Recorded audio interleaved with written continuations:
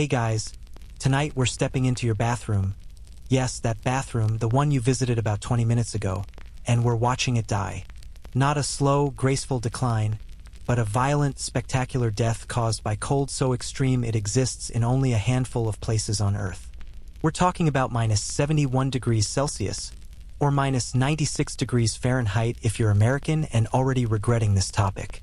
That's the kind of cold that turns your breath into ice crystals before it leaves your mouth, that freezes exposed skin in under 2 minutes, that makes the air itself feel like it's made of tiny knives. And your toilet? Your porcelain throne? That miracle of modern sanitation you've never really thought about? It's about to become a ceramic hand grenade. You're standing in your bathroom right now, in your mind at least, and everything looks normal. The toilet sits there in its usual corner, quietly doing its job, holding maybe 2 liters of water in the bowl and another 6 or 7 in the tank behind it. The tiles feel cold under your bare feet, they always do. But this is different. This cold is coming. You can almost feel it seeping under the door, crawling across the floor, reaching up through the pipes. Outside, the thermometer is in free fall. It's not the kind of cold where you complain about scraping your windshield. It's not even the kind of cold where schools close and power grids strain. This is Antarctica cold. This is the temperature recorded at the Soviet Vostok station on July 21, 1983. The coldest temperature ever reliably measured on Earth's surface. A record that still stands over 40 years later. At minus 71 degrees Celsius, carbon dioxide can freeze solid. Gasoline becomes syrupy. And water becomes a weapon. So, before you get comfortable, take a moment to like the video and subscribe, but only if you genuinely enjoy what I do here. Drop a comment with where you're watching from and what time it is. I'm always curious whether you're winding down at midnight or sneaking this during a lunch break. Now, dim the lights. Maybe turn on a fan for that soft background hum. And let's ease into tonight's journey together. The toilet in front of you is a relatively recent invention, historically speaking. For most of human existence, we did our business in holes, in pots, in rivers, behind bushes, anywhere that wasn't where we slept or ate. The flush toilet, as we know it, with a water-filled bowl and a siphon mechanism, only became common in the late 19th century. Sir John Harington invented a precursor in 1596 for his godmother, Queen Elizabeth I, but it was Alexander Cumming's 1775 S-bend design that really changed the game. That S-bend, that graceful curve in the pipe beneath your toilet, holds water that creates a seal between your bathroom and the sewer below. It's simple. It's elegant. And at minus 71 degrees Celsius, it's about to become your worst enemy. You probably won't survive this, by the way, not the story, you'll be fine for that, but actually standing in a bathroom as it reaches minus 71 degrees Celsius. You'd be dead long before the toilet finished its transformation. Hypothermia would claim you within 20 minutes, maybe 30 if you were dressed for it. But we're not here to talk about your demise. We're here to talk about the toilets. The temperature in your bathroom is dropping fast now. Let's say it started at a comfortable 20 to 68 degrees Fahrenheit, room temperature, the kind of warmth that lets you pad around in your underwear without thinking about it. But something catastrophic has happened. Maybe every window shattered simultaneously. Maybe the entire wall blew away in some apocalyptic storm. Maybe you're on a spacecraft and someone opened the airlock. The why doesn't matter. What matters is that the mercury is falling at a degree Celsius every 30 seconds, and in the next hour, your bathroom is going to experience what Antarctica experiences every winter day. First, nothing seems to happen. 15 degrees Celsius, 10 degrees Celsius, 5 degrees Celsius, the water in the toilet bowl just sits there, looking slightly less inviting than usual. You might see a bit of condensation forming on the outside of the tank, tiny water droplets beating up on the porcelain. This is perfectly normal. This is just dew point physics, the same thing that makes your glass of iced tea sweat on a summer day. But watch the surface of the water in the bowl. Really watch it. At 4 degrees Celsius, water reaches its maximum density. This is one of those quirky facts that seems meaningless until you realize it's the reason ice floats and fish survive winters. Below 4 degrees Celsius, water actually becomes less dense as it cools, which is backwards from almost everything else in the universe. The temperature hits 0 degrees Celsius, freezing point, or at least what you learned was freezing point in school. But the water isn't freezing. Not yet. It's just sitting there, hovering at exactly 0 degrees, liquid and waiting. This is because freezing isn't just about temperature, it's about energy. Water at 0 degrees Celsius has to release a massive amount of heat energy, about 334 kilojoules per kilogram, before it can transition from liquid to solid. This is called the latent heat of fusion, and it's why you can have water and ice existing at the same temperature, why your drink stays cold as long as there are ice cubes floating in it. But we're not stopping at 0 degrees Celsius. We're not even pausing. The temperature keeps plummeting. -5 degrees Celsius, -10 degrees Celsius, -15 degrees Celsius. Now things start to happen. The surface of the water develops a thin skin of ice, a delicate membrane that spreads from the edges toward the center. If you could see it forming in slow motion, you'd watch tiny ice crystals nucleating at microscopic imperfections. A speck of dust, a scratch in the porcelain, a dissolved mineral. Each crystal is a perfect hexagonal structure, water molecules arranging themselves in the configuration that nature has been perfecting for billions of years. These crystals grow, branching and connecting, weaving together into a solid sheet. Here's where the real violence begins. Water is weird, we've established that, but the weirdest thing about it is this: it expands when it freezes. By about 9%. Most substances contract when they solidify, packing their molecules tighter together. Water does the opposite. Those hexagonal ice crystals, beautiful as they are, take up more space than the liquid water molecules did. And when you're trapped in a confined space, say a porcelain bowl with nowhere to go, that expansion creates pressure. Enormous pressure. At -20 degrees Celsius, the ice in your toilet bowl is now several centimeters thick, and it's pushing outward in all directions with a force of up to 114 megapascals. That's about 16,500 pounds per square inch, roughly the pressure you'd experience if you dove to the bottom of the Mariana Trench. Porcelain is strong.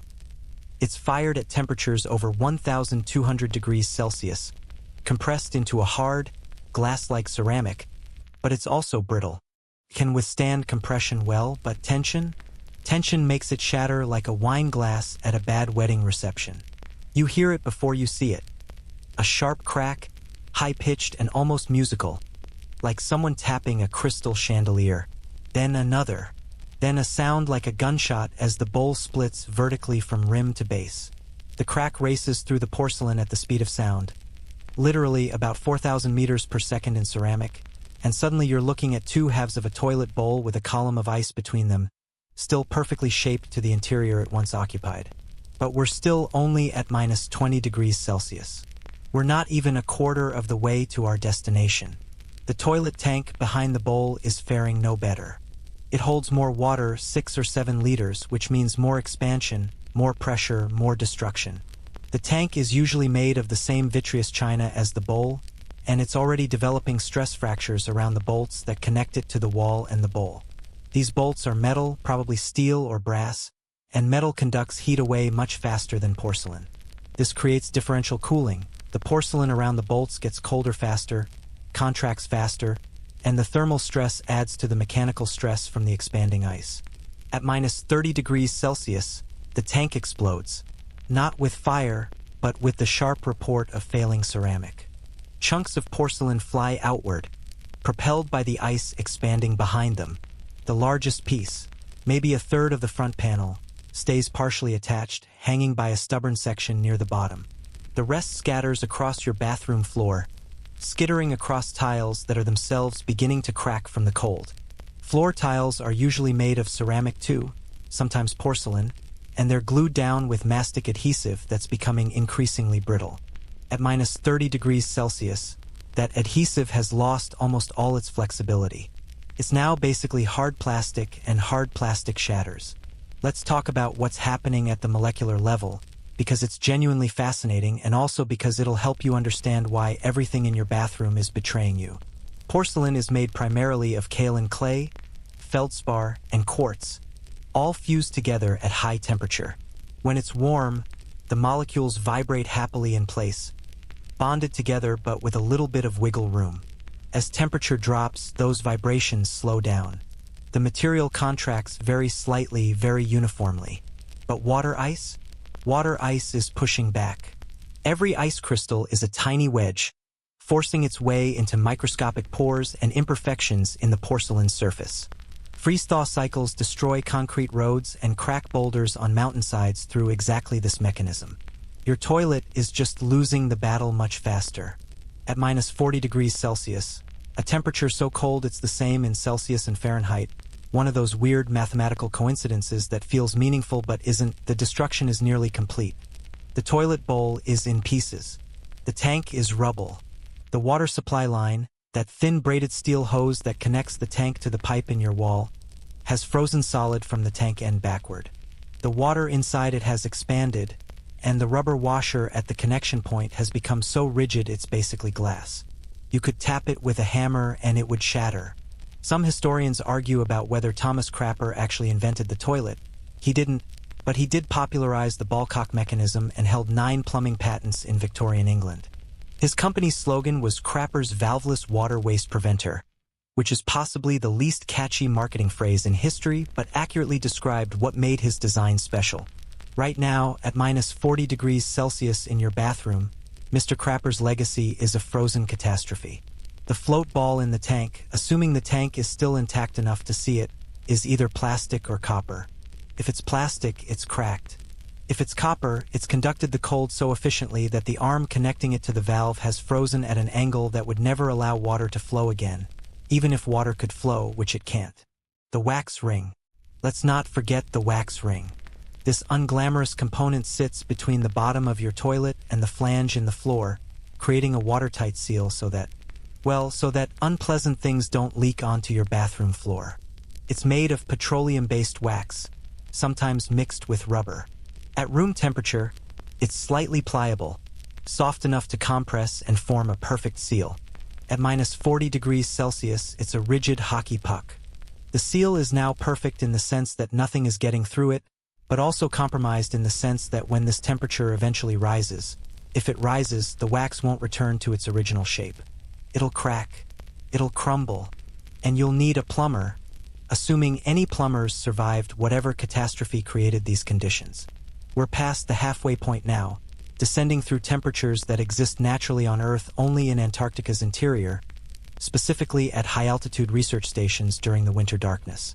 The Russian Vostok station, sitting at 3,488 meters above sea level on the Antarctic plateau, recorded that minus 89.2 degrees Celsius minus 128.6 degrees Fahrenheit reading in 1983. Scientists living there, and yes, people do live there, about 25 of them in winter, don't use traditional flush toilets. They use incineration toilets or chemical toilets or, in emergencies, buckets that get emptied into the waste management system. Because at those temperatures, water-based sanitation is impossible. At minus 50 degrees Celsius, something interesting happens to the air itself in your bathroom. Water vapor, there's always some in the air even in dry climates, starts to crystallize out directly from gas to solid, skipping the liquid phase entirely.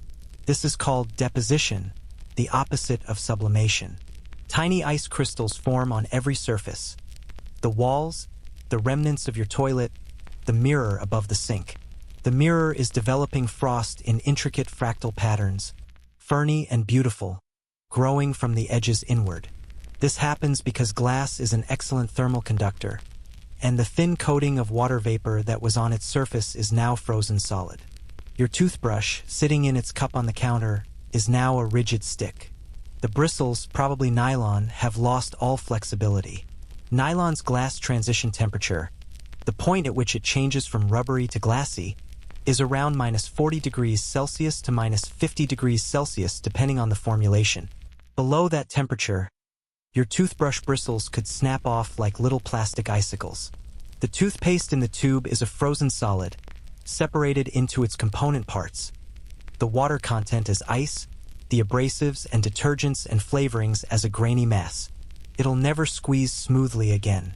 At minus 60 degrees Celsius, we're in the realm of the truly exotic.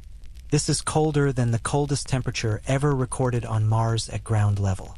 This is colder than liquid nitrogen, which boils at minus 196 degrees Celsius but can exist as a supercooled liquid at minus 60 degrees Celsius under pressure.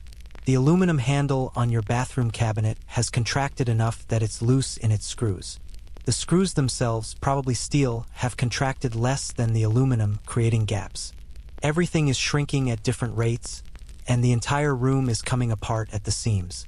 The toilet, what's left of it, is now just a memory made of ice and ceramic shards. The water that was in the bowl has expanded so much that it's created a sculpture, a frozen fountain of sorts, still maintaining the rough shape of the bowl's interior, but protruding upward like a mushroom cloud. At the base, where the wax ring used to seal everything, ice has forced its way through and spread across the floor in a radial pattern, thin and clear, almost beautiful. At minus 70 degrees Celsius, 1 degree from our target, the damage is comprehensive and absolute. Every water-containing component of your toilet has been destroyed. Every seal has failed. Every flexible part has become rigid. The rubber flapper at the bottom of the tank, the piece that lifts when you push the flush handle, would snap cleanly in half if you touched it. The chain connecting the handle to the flapper is probably the only thing that's relatively unchanged. Assuming it's metal, though it's certainly cold enough now to stick to your skin instantly if you touched it, which you absolutely should not do because you'd be dead, remember? And now, finally, we've arrived. Minus 71 degrees Celsius. The temperature recorded at Vostok Station on that winter day in 1983. The temperature at which your toilet has transformed from a functioning piece of modern sanitation infrastructure into an avant-garde ice sculpture surrounded by broken pottery. The water in every pipe leading to and from the toilet, we'll get to those in the next section, has frozen solid.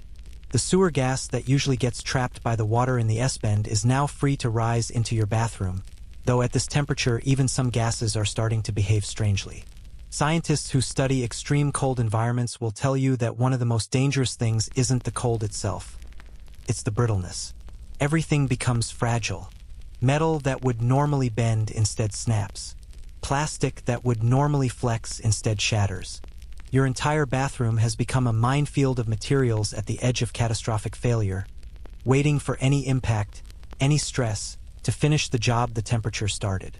The toilet, that humble fixture that you've probably used today without a second thought, has been completely defeated by the laws of thermodynamics. The phase change of water from liquid to solid, with its counterintuitive 9% expansion, has won decisively. The porcelain, fired at extreme heat and designed to last decades, has lost to extreme cold in under an hour. And we haven't even talked about what's happening in the walls, in the pipes, in the system that brings water to your toilet and takes waste away from it. That's coming next. Because your toilet doesn't exist in isolation. It's just the visible tip of a plumbing iceberg that extends through your walls, under your foundation, out to the street and beyond. And every inch of that system is failing right now in ways that will make the broken toilet bowl look like a minor inconvenience. The water in your toilet bowl was just the opening act, the appetizer of destruction, the thing you could see happening in real time. But hidden behind your bathroom walls, under your floors, and snaking through the dark spaces you never think about, there's an entire circulatory system for your home, and it's hemorrhaging. You've got roughly 40 to 60 meters of pipe in an average house, depending on size and layout, carrying fresh water in and wastewater out. Right now, every centimeter of that network is undergoing the same violent transformation we just watched destroy your toilet, except you can't see it happening. You can only hear it. The creaks, the pops, the occasional bang as a pipe section gives up and splits along its length. Let's start with the supply line that feeds your toilet, that innocent-looking pipe that disappears into the wall near the floor. In modern construction, this is probably copper or PEX, cross-linked polyethylene, a flexible plastic that's replaced copper in many newer homes because it's cheaper and easier to install.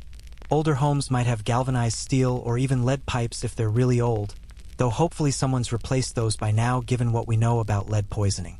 Each material responds to minus 71 degrees Celsius differently, and none of them respond well. Copper pipes are the traditional choice, the gold standard of plumbing since the mid-20th century. Copper is beautiful. It's reddish gold when new, developing that distinctive green patina over decades, and it's naturally antimicrobial, which is why hospitals still prefer it. But copper has a fatal flaw in extreme cold. It's ductile at room temperature, meaning it can bend and flex slightly, but as temperature drops, it becomes increasingly brittle. At -71 degrees Celsius, copper's tensile strength has increased. It's actually harder, but its ductility has plummeted. It's strong but fragile, like hardened glass. And remember, there's water inside these pipes. Water that's freezing and expanding with enough force to split the pipe open like someone took a can opener to it. The physics of what's happening inside your copper supply line is almost elegant in its violence. Water freezes from the outside in, starting at the pipe walls where heat transfers away fastest. As ice forms on the inner surface, it creates a narrowing channel for the remaining liquid water. That liquid water is now trapped between two ice blockages, one upstream toward the water main, one downstream toward your toilet. As both sections continue to freeze, the pressure in that trapped water pocket builds exponentially. Water is incompressible. You literally cannot squeeze it into a smaller volume, so something has to give. The ice keeps advancing from both directions, and the pressure climbs past 1000 psi, past 2000 psi, approaching the tensile strength of the copper itself. At some point, let's say we're at -25 degrees Celsius and falling, the copper pipe develops a hairline crack perpendicular to its length. The crack is maybe a millimeter wide at first, just enough to release some pressure. If the temperature stopped falling right now, this might be the extent of the damage. You'd get a slow leak when things thawed out, a puddle appearing mysteriously in your ceiling below or your wall, the kind of thing that makes you call a plumber and spend a Sunday watching them cut into drywall. But the temperature isn't stopping. It's racing toward -71 degrees Celsius, and that hairline crack is about to become a catastrophic failure. By -40 degrees Celsius, the crack has propagated. That's the technical term, propagated, like it's a living thing spreading through the metal. The ice inside the pipe has expanded so much that it's forcing the copper to split longitudinally, creating a seam that runs along the pipe's length. If you could see inside your wall right now, you'd see a copper tube that looks like someone tried to peel it open like a banana. The ice inside is protruding through the gap, a cylinder of frozen water that's taken on the exact shape of the pipe's interior, complete with impressions from any mineral deposits or corrosion that were on the inner walls. PX pipes handle this slightly better, but only slightly. PX is designed to flex, and it can actually expand up to 3 times its normal diameter before failing. This gives it some tolerance for the expanding ice. Manufacturers will tell you that PX is freeze-resistant, which is marketing speak for it might not explode immediately. At room temperature, you can twist PX, bend it, even tie it in knots if you're determined enough. But at -71 degrees Celsius, PX undergoes its own glass transition, changing from a flexible polymer to a rigid, brittle material. The cross-linking between polymer chains, which gives PX its flexibility at normal temperatures, becomes a liability. The material is now hard enough to shatter on impact. What's fascinating, and by fascinating I mean terrible, is that PX doesn't fail the same way copper does. Copper splits along a seam. PX tends to burst at its weakest points. The fittings, the connectors, anywhere there's a transition from plastic to metal. Your toilet supply line connects to the shutoff valve with a compression fitting, a brass connector that's tightened around the PEX tubing. At -71 degrees Celsius, the brass has contracted at a different rate than the PEX, and the seal between them has failed completely. The ice inside the pipe has expanded past the connector and is now jutting out like a frozen tongue, still attached to the main ice column inside the pipe. Now let's talk about what's happening in the walls behind your bathroom, in the main supply lines that feed all the fixtures in your house. These are larger pipes, typically 19 millimeters or 25 millimeters in diameter, and they carry pressurized water from your water main. Under normal conditions, your home's water pressure is probably between 40 and 80 psi, maintained by the municipal water system or your well pump. But there's nothing normal about -71 degrees Celsius. The water main outside your house, buried a meter or two underground to protect it from normal freezing, has also frozen solid. The pressure in the system has dropped to 0. There's no more flowing water, just stationary ice, expanding in place, destroying everything it touches. Here's something historians still argue about. When did humans first develop pressurized plumbing systems? The Romans had aqueducts, obviously, bringing water from distant sources into cities through carefully graded channels. But pressurized pipes? That's trickier. Some evidence suggests the Minoans on Crete had pressurized clay pipes around 1400 BCE, using gravity and clever engineering. Others point to medieval fountains in Europe that used lead pipes under pressure. What's not disputed is that modern pressurized plumbing, the kind where you turn a tap and water shoots out instantly, only became widespread in the late 19th century, around the same time as flush toilets. Before that, most people got their water from wells or public fountains and carried it home in buckets. Those people never had to worry about frozen pipes destroying their homes, which suddenly seems like an advantage. Your main supply line is now split in at least 7 places. I'm being conservative, and each split is several centimeters long. A gaping wound in the pipe from which ice protrudes like bone from a compound fracture. When this eventually thaws, if it thaws, water is going to pour into your walls at a rate of several liters per minute per break. That's tens of liters per minute total, cascading down through wall cavities, soaking insulation, dripping onto electrical wiring, pooling on the floors. It's going to make Hurricane Katrina look like a minor plumbing inconvenience. Well, not really. Katrina was a genuine catastrophe, but your insurance company is going to act like it's that bad when you file the claim. But we're not done with the supply side yet. Let's talk about the hot water line, because yes, you have a separate pipe that brings hot water to various fixtures. This pipe is also frozen, obviously, at minus 71 degrees Celsius. There's no meaningful difference between your hot and cold water lines, but it's failing differently. Hot water pipes often have mineral deposits built up inside them, especially if you have hard water. Calcium carbonate, magnesium, sometimes iron if you're really unlucky. These deposits are irregular, bumpy, creating weak points in the ice that forms inside the pipe. The ice doesn't form in a smooth, uniform cylinder. It forms in a lumpy, asymmetric mass that creates uneven pressure on the pipe walls. This means your hot water pipes are splitting in more places, often at odd angles, creating jagged tears instead of clean longitudinal splits. Your hot water heater, sitting in its closet or garage or basement, is its own disaster. It's a 40 or 50-gallon insulated tank full of water that's been cooling along with everything else. At minus 71 degrees Celsius, those 40 gallons of water have become 40 gallons of ice, expanded to about 44 gallons, which doesn't sound like much until you remember that the tank is sealed. The expansion has ruptured the inner liner, usually glass-coated steel, and probably split the outer tank as well. The temperature and pressure relief valve on the side, designed to release excess pressure if the water gets too hot, is frozen solid and useless. If that tank had any pressure left in it when the temperature dropped, it's now a bomb waiting for the thaw. Now let's flip to the drain side, the wastewater system, because what goes in must come out. Your toilet's drain pipe, the one that disappears into the floor beneath where the toilet sits, is larger than the supply lines, usually 75 millimeters to 100 millimeters in diameter. This is because wastewater flows by gravity, not pressure, so it needs more space to move efficiently. The pipe probably has a slight downward slope, maybe a quarter-inch drop per foot of horizontal run, carefully calculated to keep everything flowing without clogging. Under normal circumstances, this drain pipe contains very little standing water, maybe a small amount in the P-trap or S-bend if there are multiple fixtures connected, and most of it is empty air, or, more accurately, sewer gas.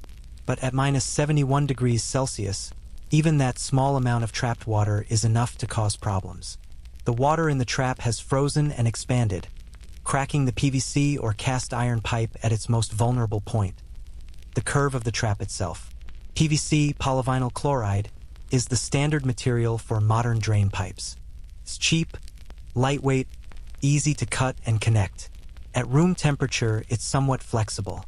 At minus 71 degrees Celsius, it's as brittle as thin ice on a pond. Cast iron pipes, if your house is old enough to have them, are faring slightly better, but only because they're thicker and stronger. Cast iron was the drain pipe material of choice from the late 1800s through the 1960s.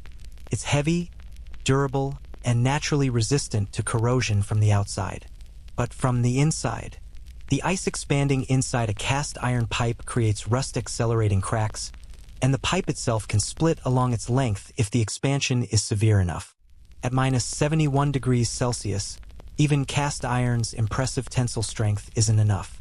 The molecular structure of the iron, a body-centered cubic lattice at this temperature, is becoming increasingly brittle. Impact that would normally dent the pipe will now shatter it. Here's a quirky fact that seems unrelated but isn't. In medieval times, before indoor plumbing, people used chamber pots and simply threw the contents out the window into the street. The French phrase "garde l'eau," watch out for the water, was supposedly shouted as a warning, and English speakers corrupted it into garde-l'eau, which eventually became loo, British slang for toilet. Whether this etymology is actually true, historians still argue about it. The practice definitely happened. Medieval streets were disgusting. The invention of the sewer system in the mid-1800s, particularly Joseph Bazalgette's London sewer network completed in 1865, was one of the greatest public health achievements in human history. It's hard to overstate how much modern sewers improved urban life. And right now, at minus 71 degrees Celsius, your personal connection to that sewer system is completely non-functional. The main drain line, the one that collects waste from all your house's fixtures and routes it out to the sewer or septic system, is typically 100 millimeters to 150 millimeters in diameter and runs under your foundation or through your basement. At minus 71 degrees Celsius, any water that was sitting in this line has frozen solid, and the pipe has cracked in multiple places. If it's PVC, you're looking at clean breaks at the joints where pipe sections connect. If it's cast iron, you're looking at longitudinal cracks that spiderweb across the surface. Either way, the structural integrity is compromised. When this thaws and you try to flush anything, wastewater is going to leak out through those cracks and pool under your house. It's going to be a sewage lagoon down there, a toxic swamp that'll need professional remediation. The vent stack, here's something people often don't know about, is another critical component. Every plumbing system needs vents, pipes that run from the drain system up through your roof to allow air to enter the system and prevent vacuum locks. When you flush your toilet or drain your sink, water rushing down the pipes would create a vacuum behind it if there weren't vent pipes to equalize the pressure. At minus 71 degrees Celsius, the vent stack is probably okay structurally because it contains no water, but the rubber boot where it penetrates your roof, a flexible collar that seals around the pipe to prevent leaks, has become rigid and cracked. When things warm up and ice on your roof melts, water is going to pour into your attic through that failed seal. At minus 50 degrees Celsius, the expansion and contraction of all these different materials is creating a symphony of destruction in your walls. Every pipe is failing at a different rate, a different location. The copper supply lines are split but still mostly intact. The PX lines have burst at their fittings. The PVC drain pipes have fractured at their joints. The cast iron pipes have developed spiderweb cracks. And all of this is happening in the dark, hidden spaces of your home, where you can't see it until it's far too late to do anything about it. The hangers and brackets that support these pipes, typically metal straps or plastic clips attached to studs, are also failing. At minus 71 degrees Celsius, the screws holding the brackets have contracted, and the brackets themselves have become brittle. A plastic pipe bracket that would normally flex to absorb vibration will now snap like a cracker if you touch it. This means your pipes aren't just broken, they're also unsupported. When the thaw comes, entire sections of pipe are going to sag or fall, pulling at the remaining intact connections and causing even more failure points. The phenomenon we're witnessing is called frost heaving in geotechnical engineering, though that term usually applies to soil and foundations. When water in soil freezes, it expands and pushes everything around it upward or outward. The same thing happens in pipes, just faster and more dramatically because the water is confined. Engineers who design pipelines in Arctic regions account for this with expansion joints, flexible sections that can absorb the movement. Your home plumbing has no such features because it was never designed to experience minus 71 degrees Celsius.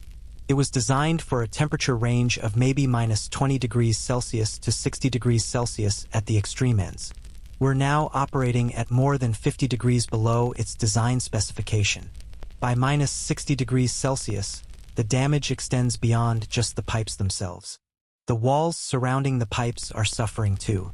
Drywall, gypsum board sandwiched between paper, contains some residual moisture, usually around 5% to 8% by weight.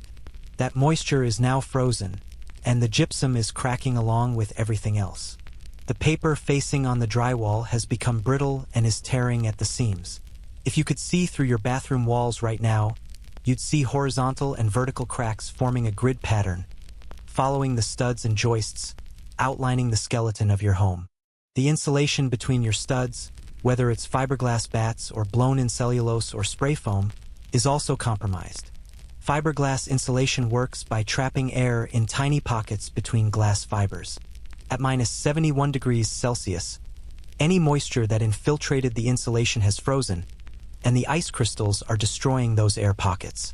The insulation's R value, its resistance to heat transfer, has effectively dropped to near zero. It's not insulating anymore. It's just sitting there like frozen cotton candy, useless and brittle. Spray foam insulation, particularly closed-cell foam, is slightly more robust because it's already rigid and contains no moisture. But even spray foam has limits. At -71 degrees Celsius, the polymer chains that make up the foam are contracting and becoming brittle. The foam hasn't failed catastrophically like the pipes, but it's developed hairline cracks at stress points, particularly where it adheres to wooden studs. When temperatures rise, these cracks will allow air infiltration, reducing the foam's effectiveness permanently. And let's not forget the solder joints on your copper pipes, those little rings of metal alloy that fuse pipe sections together. Most modern solder is lead-free, typically a tin silver or tin copper alloy with a melting point around 220 degrees Celsius to 250 degrees Celsius. At -71 degrees Celsius, solder undergoes what metallurgists call tin pest or tin disease, a phase transformation where the metallic tin in the solder can transform from its normal white tin phase to a brittle gray tin phase. This doesn't happen instantly, it usually requires prolonged exposure to cold, but at -71 degrees Celsius the transformation is accelerated. The solder joints are becoming weaker, more brittle, more likely to fail even if the pipes around them somehow survive. Your entire home's plumbing system, that invisible network of pipes that you've trusted implicitly every day of your life, has been systematically destroyed in less than an hour. The supply lines are split. The drain lines are cracked. The water heater is ruptured. The fixtures are shattered. And if things warm up again, you're looking at damage that will cost tens of thousands of dollars to repair. Every wall that contains a pipe will need to be opened. Every pipe will need to be inspected, probably replaced entirely. The drywall will need to be torn out and replaced. The insulation will need to be removed and reinstalled. Your home's entire circulatory system needs to be rebuilt from scratch. But we're not done yet. We haven't even talked about what's happening outside your home, in the ground beneath your foundation, in the sewer or septic system that receives your waste. That's where things get really interesting, because -71 degrees Celsius doesn't respect property lines. It doesn't stop at your foundation. It keeps going down into the earth, turning your entire waste management system into a frozen archaeological site that would make archaeologists weep with frustration and delight. Beneath your house, under the foundation and the frost line that engineers carefully calculated when they planned your home's construction, there's a system most people pretend doesn't exist. It's your septic tank if you're rural, or a connection to the municipal sewer if you're urban, and right now at -71 degrees Celsius, it's transforming into something that would horrify Victorian sanitation reformers and fascinate glaciologists in equal measure. You see, all that waste you've been flushing away for years, the organic matter, the toilet paper, the water, everything, doesn't just disappear. It goes somewhere. And that somewhere is about to become a solid block of frozen sewage that could theoretically be preserved for thousands of years if the temperature stayed this low. Let's start with the pipe that connects your house to the system, the one that leaves your foundation and angles downward into the earth. This is your sewer lateral if you're on municipal sewage, or your inlet pipe if you have a septic system. It's typically 100 millimeters to 150 millimeters in diameter, made of PVC in newer installations or clay or cast iron in older ones. The pipe is buried below the frost line, the maximum depth at which soil typically freezes in your region. In Minnesota, that might be 1.5 meters deep. In Florida, maybe 30 centimeters because it barely freezes at all. The frost line exists because the earth itself is an insulator. Soil has a low thermal conductivity, which means heat from the Earth's core and from summer warmth stays trapped below a certain depth, keeping the temperature relatively constant year-round. But minus 71 degrees Celsius doesn't care about frost lines. This temperature is so extreme, so far beyond what any building code or engineering standard accounts for, that it's penetrating deep into the ground. The soil around your sewer line is freezing solid, and any moisture in that soil, and there's always moisture even in relatively dry soil, is expanding and creating frost heave. The pipe is being crushed from all sides by expanding earth, like a python constricting around prey. If it's PVC, it's cracking at the joints where pipe sections meet, those rubber gasket seals that are supposed to keep everything watertight but have now become rigid and useless. If it's clay pipe, those interlocking sections that have been underground for maybe 60 or 80 years are separating, pushed apart by the expanding frozen soil. The sewage inside the pipe, whatever was in there when the temperature started dropping, is now completely frozen. Sewage is mostly water, typically 95% to 99% water depending on what's been flushed, so it freezes at roughly the same temperature as pure water, maybe slightly lower due to dissolved salts and organic compounds. But here's what makes frozen sewage particularly grotesque. It's not a uniform substance. It's a heterogeneous mixture of solids suspended in liquid. As the water content freezes, it expands, but the solid waste doesn't expand at the same rate. You end up with a frozen mass that's partially ice and partially everything else, all compressed together into a foul cylinder that's taken on the exact shape of the pipe's interior. At minus 30 degrees Celsius, this frozen sewage plug is putting enormous pressure on the pipe walls from the inside, just like the water in your toilet bowl did. But unlike clean water, sewage contains methane gas and other volatile organic compounds that were trapped in solution when the temperature was normal. As the liquid freezes, these gases are forced out of solution and trapped in bubbles within the ice. Some of these bubbles create weak points where the ice fractures. Others create high-pressure pockets that contribute to the pipe's destruction. The result is that your sewer line is failing not just from the outside, from frost heave, but also from the inside, from the expanding frozen contents. Now let's talk about the septic tank itself, assuming you have one. Roughly 20% to 25% of American homes use septic systems rather than connecting to municipal sewers, higher in rural areas, obviously, and almost none in dense urban cores.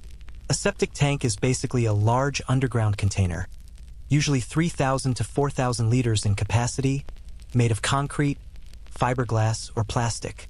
Wastewater flows in from your house, and the solids settle to the bottom where bacteria break them down. The liquid effluent flows out through an outlet pipe into a drain field, where it percolates through gravel and soil and eventually gets filtered by the earth itself. It's a simple, elegant system that's been used in various forms for over a century. The modern septic tank, as we know, it was patented by John Morris in France in 1881, though people had been using cesspits and primitive settling tanks for millennia before that. At minus 71 degrees Celsius, your septic tank is experiencing catastrophic failure on multiple levels. First, the tank itself. If it's concrete, the most common material, it's developing cracks. Concrete is porous, containing tiny channels and voids that hold moisture. That moisture is now frozen and expanding, creating internal pressure that's literally blowing the concrete apart from the inside. The process is called freeze-thaw deterioration in civil engineering, and it's what destroys concrete bridges and building foundations in cold climates. Your septic tank is essentially a bridge foundation experiencing the worst freeze-thaw cycle imaginable, all at once, with no chance to drain or recover between cycles. The contents of the tank, and I apologize for the mental image you're about to have, are now frozen solid. All 3,000 or 4,000 liters of it. The tank is divided into compartments by internal baffles, and each compartment has frozen at slightly different rates because the content composition varies. The first compartment, where fresh sewage enters, contains the highest concentration of solids and has frozen into a lumpy, irregular mass. The second compartment, where the effluent is clearer, has frozen into a more uniform block of ice. The layer of scum that normally floats on top, fats, oils, grease, and other light materials, has frozen into a cap, a crusty layer that sealed the surface like permafrost in Arctic tundra. Here's something that historians still argue about. What did people do with human waste before septic tanks and sewers? In cities, there were cesspools, basically pits where waste accumulated until they were full, at which point night soil men would come empty them, usually at night, hence the name. The waste was sometimes used as fertilizer, sometimes just dumped in rivers or open pits outside town. In rural areas, people used outhouses positioned over pits, and when one pit filled up, they'd move the outhouse to a new location. The old pit would eventually decompose and be forgotten, which is why metal detector enthusiasts occasionally find old bottles and coins that fell through outhouse holes. People lost things down there, apparently, and couldn't or wouldn't retrieve them. At minus 71 degrees Celsius, those century-old outhouse pits would be perfectly preserved, frozen time capsules of Victorian-era digestion. The bacteria in your septic tank, billions of them, multiple species, all working together to break down organic matter, are dead. Completely, thoroughly dead. Most bacteria can't survive freezing, especially the rapid freezing we're experiencing. Some bacteria can produce antifreeze compounds that let them survive mild freezing, and some can form spores that remain dormant until conditions improve. But at minus 71 degrees Celsius, even the hardiest extremophiles are dying. The methanogenic archaea that produce methane gas, the anaerobic bacteria that break down proteins, the facultative bacteria that work in low-oxygen environments, all dead. When and if this tank thaws, it'll be a sterile container of decomposing organic matter with no bacterial population to process it. It'll take months to reestablish a healthy bacterial ecosystem, assuming you seed it with fresh sewage and maybe some bacterial additives. The outlet pipe from your septic tank, leading to the drain field, is in the same state as the inlet pipe. Frozen, cracked, probably separated at the joints. The drain field itself, that network of perforated pipes buried in gravel-filled trenches, is completely non-functional. The pipes are frozen. The gravel is cemented together by ice. The soil that's supposed to absorb and filter the effluent is frozen solid. At minus 71 degrees Celsius, you've essentially turned your entire waste treatment system into a glacier. A small, terrible, sewage-filled glacier that's sitting under your yard like a buried secret. For those of you with municipal sewer connections instead of septic systems, the situation is simultaneously better and worse. Better because the municipal sewer main is usually deeper than a septic tank, often 2 to 3 meters underground, and it's larger, 300 millimeters to 600 millimeters in diameter, which means it has more thermal mass and takes longer to freeze. Worse because when it does freeze, it affects not just you but everyone connected to that line. Your frozen sewer lateral has probably separated from the main, cracked at the connection point where your 100 millimeters pipe meets the city's 300 millimeters pipe. Ice has formed at that junction, and when things thaw, sewage from upstream neighbors will leak out through your failed connection and pool in the soil around it. The municipal sewer main itself is a river of sewage under normal conditions, flowing by gravity toward a treatment plant. The flow keeps it slightly warmer than the surrounding soil. Biological decomposition generates heat, and the sewage entering the system is typically close to room temperature. But at minus 71 degrees Celsius, even that flow has frozen. The entire sewer main is now a frozen sewage highway, a solid cylinder of ice and waste extending for blocks or miles, depending on how widespread this temperature catastrophe is. Lift stations, the pumps that move sewage uphill when gravity isn't enough, have seized up, their electric motors unable to turn impellers frozen in ice. Manholes that provide access to the sewer for maintenance have their iron covers welded shut by ice formation, and the concrete structures beneath them are cracking from the expansion. Let's talk about what happens at the molecular level in frozen sewage, because it's genuinely fascinating in a horrifying sort of way. When pure water freezes, the molecules arrange themselves into hexagonal ice crystals, all uniform and orderly. When sewage freezes, you get what scientists call dirty ice. Ice with impurities trapped within it. The freezing process actually concentrates some of those impurities, pushing them into pockets and channels between ice crystals. The result is that your frozen sewage is not a uniform solid but a complex structure with varying concentrations of organic compounds, minerals, salts, and bacteria throughout. If you could examine a cross-section under a microscope, and please, let's not, you'd see ice crystals shot through with dark veins and pockets where the concentrated organic matter is trapped. At minus 50 degrees Celsius, the molecular motion of everything in your septic tank or sewer line has slowed to near stillness. Chemical reactions that would normally break down organic matter have essentially stopped. This is why frozen samples preserve so well. You can freeze biological tissue at very low temperatures and it'll remain virtually unchanged for years because the chemical processes of decay can't proceed. Your septic tank is now a preservation chamber. If archaeologists dug it up 1,000 years from now, assuming the temperature stayed this low, they could analyze the contents and determine exactly what you've been eating, what medications you've been taking, what cleaning products you've been using. It's a time capsule that nobody wants but everyone creates. The groundwater around your septic system or sewer lateral is also frozen, creating a zone of frozen earth that extends several meters in all directions. Groundwater is usually in motion, flowing slowly through soil and rock, part of the hydrological cycle. But at minus 71 degrees Celsius, that flow has stopped completely. The water table has become a water glacier, an underground sheet of ice that's pushing against bedrock and compressing soil.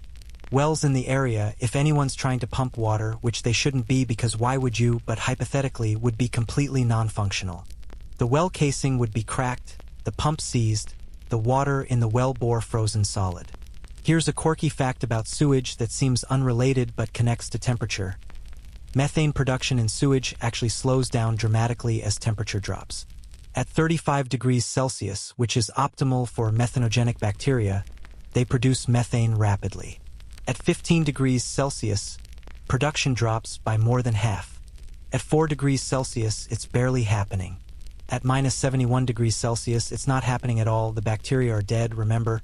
But if they were somehow alive and protected from freezing, they still couldn't produce methane because the chemical reactions required simply cannot proceed at that temperature. This is why Arctic permafrost contains so much preserved organic matter. It's been frozen for thousands of years, unable to decompose, just sitting there waiting for the thaw that's now happening due to climate change. Your septic tank is experiencing the same preservation effect, just much more rapidly. The risers on your septic tank, those vertical pipes that extend from the tank to ground level, providing access for pumping and inspection, are cracked. The concrete or plastic lids covering the risers are fractured. At minus 71 degrees Celsius, even the rubber gaskets that seal the lids against the risers have become brittle and useless. When this eventually thaws, if it thaws, and you need to have the tank pumped out, the septic service will find that all the access points are damaged and need replacement before they can even begin the cleanup. The drain field, spreading out from your septic tank like tree roots, is perhaps the most completely destroyed component. A typical drain field consists of several parallel trenches, each maybe 30 meters long, filled with gravel and containing perforated pipes that distribute the effluent. The soil between and around these trenches is supposed to be porous, allowing liquid to percolate downward and outward. At minus 71 degrees Celsius, that soil is frozen solid, with ice formation in every pore space, every crack, every void. The expansion has compressed the soil, reducing its porosity permanently. Even when this thaws, the soil structure will be damaged, its ability to absorb and filter effluent compromised.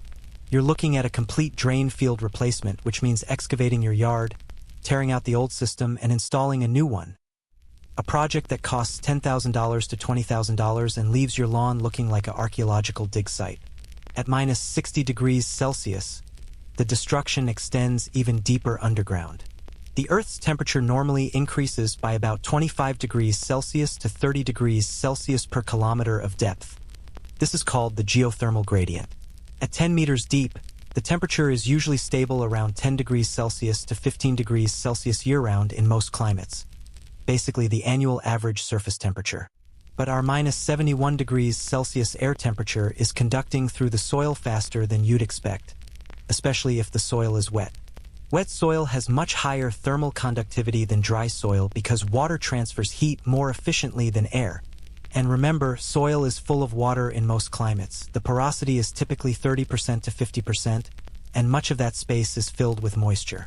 That moisture is now ice, and ice has higher thermal conductivity than water. So ironically, the act of freezing the soil makes it conduct heat away even more efficiently, accelerating the freezing of deeper soil layers. It's a runaway process. Cold surface temperatures freeze soil moisture, creating ice, which conducts heat away more efficiently, which freezes deeper soil, which creates more ice, which conducts heat even better. The frost line is punching deeper and deeper into the earth, far beyond the meter or two that building codes account for, reaching depths where utilities are supposed to be safe from temperature extremes. The bedrock beneath the soil, assuming you're not in an area with deep soil all the way down, is also affected, though rock responds differently than soil. Solid rock has low porosity but still contains some water in microcracks and joints. At minus 71 degrees Celsius, that water is freezing and expanding, and the rock is fracturing. This is the same process that creates talus slopes in mountains, where freeze-thaw cycles gradually break rock faces apart and send boulders cascading downward. Your entire foundation, if it extends down to bedrock, is experiencing this fracturing effect. The concrete footing that your house rests on is cracking where it meets the frozen rock, creating pathways for future water infiltration and structural settlement. And let's not forget the vent pipes from your septic tank or the manhole covers in the municipal sewer system. These are openings to the surface, and they're now conduits for the cold to penetrate even more deeply.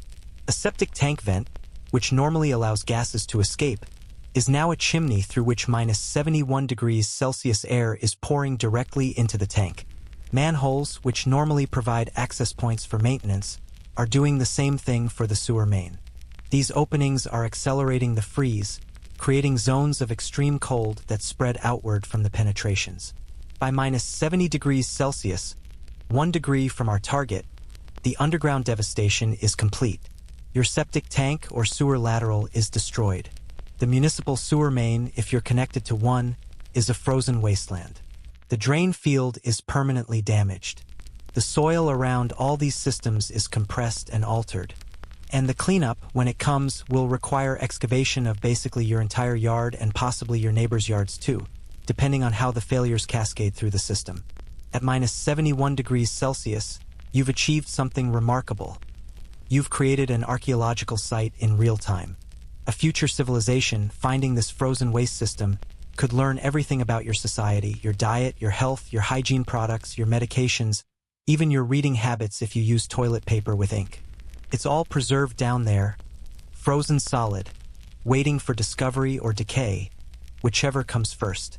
And we haven't even talked about the biological implications, the environmental contamination, or what happens when this finally thaws and all that frozen sewage becomes liquid again. That's a nightmare scenario that involves groundwater contamination, soil remediation, and probably a call to your state's Environmental Protection Agency. But that's for later. Right now, we're still at minus 71 degrees Celsius, and there's more destruction to explore, specifically what humanity has learned from actually living and working at these temperatures, and how Victorian Londoners and Soviet researchers dealt with frozen toilets in their own unique ways. You might think that minus 71 degrees Celsius is a theoretical exercise, a thought experiment that exists only in our imaginations and in the data from that Soviet weather station in Antarctica. But humans have actually confronted toilet failure in extreme cold, and the solutions they've devised range from ingenious to disgusting to absolutely terrifying. Let's step away from your disintegrating bathroom for a moment and look at what happens when real people, in real places, have had to figure out how to handle human waste when the temperature outside could kill you in minutes and every drop of water turns to ice. Start in Victorian London, winter of 1895, during what locals called the Great Freeze. The Thames froze solid for the first time in decades, thick enough that people held frost fairs on the ice, with vendors selling roasted chestnuts and children skating between the bridges. The temperature didn't reach minus 71 degrees Celsius. Nothing close. Actually, the coldest recorded was around minus 18 degrees Celsius, but that was enough to wreak havoc on London's relatively new sewer system. Joseph Bazalgette's masterwork, completed just 30 years earlier, consisted of 2,100 kilometers of brick-lined tunnels carrying sewage away from the city to treatment works downstream. The system was designed for flow, for gravity-driven movement of waste through gradually sloping channels. When the sewage froze, the flow stopped completely. The result was predictable and catastrophic. Toilets throughout the city backed up. Sewage pooled in basement-level pipes, unable to drain. The poorest neighborhoods, where indoor plumbing was newest and most tenuous, suffered worst. People resorted to chamber pots and midnight dumping again, behaviors that Bazalgette's sewers were supposed to eliminate. The Times of London published editorials criticizing the system's vulnerability to cold, though historians still argue about whether the freeze was the real problem or whether the system had design flaws that the cold merely exposed. What's not disputed is that several people died. Not from the cold itself, but from diseases that spread when sanitation failed and waste accumulated in living spaces. Here's what the Victorians learned that winter. Sewers need to be deep, and they need to keep flowing. Stagnant sewage freezes faster than moving sewage because flowing water generates friction heat and because the movement prevents ice crystals from nucleating and spreading. After 1895, London's engineers began insisting that new sewer branches maintain higher minimum flow rates, even during low-use periods. They also began burying pipes deeper in areas prone to freezing. It wasn't perfect, you can't redesign an entire city's infrastructure overnight, but it helped. The lesson was clear. Water-based sanitation and extreme cold are fundamentally incompatible unless you engineer specifically for it. Now jump forward to the 1950s and 60s, to the Soviet Union's expansion into Siberia. The USSR was determined to exploit Siberian resources: oil, gas, minerals, timber, and that meant establishing permanent settlements in places where winter temperatures regularly dropped below -50 degrees Celsius and occasionally hit -60 degrees Celsius or lower. The city of Oymyakon in Russia's Sakha Republic holds the record for the coldest inhabited place on Earth, with a recorded low of -67.7 degrees Celsius in 1933. Nearly 500 people live there year-round. They have to deal with frozen toilets every winter. The Soviet solution was brutally practical. Abandon water-based sanitation entirely during winter. Most homes in extreme cold regions of Siberia used outhouses positioned over deep pits. The pit was typically 2 to 3 meters deep, dug during summer when the ground was soft, lined with timber to prevent collapse. In winter, the contents of the pit froze solid, which actually helped control odor. Frozen sewage doesn't smell much because the volatile compounds that create the stench can't evaporate. The downside was obvious. Using an outhouse at -60 degrees Celsius is miserable and dangerous. Exposed skin freezes in under a minute. The metal or wooden seat is so cold it burns on contact. People would wear full winter gear, rush out, handle business as quickly as possible, and rush back inside. Some wealthier households or government buildings had indoor toilets connected to holding tanks that were emptied manually, essentially large chamber pots with extra steps.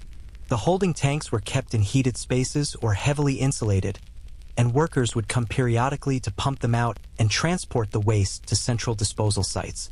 This worked, sort of, but it was expensive and labor-intensive. The Soviet government experimented with various alternatives: chemical toilets that used formaldehyde or lye to break down waste, incineration toilets that burned waste to ash, even toilets that freeze-dried waste and compacted it into blocks for easier disposal. Here's a quirky fact about Soviet-era Siberian toilets. Some settlements used honey buckets, which is exactly what it sounds like. Buckets with lids that collected waste and were emptied into larger containers for disposal. The term honey bucket is sardonic humor, calling something as unhoney-like as possible by a sweet name. This system was still in use in some remote Alaskan villages as recently as the 1990s and 2000s, before state and federal grants helped install modern vacuum-based systems.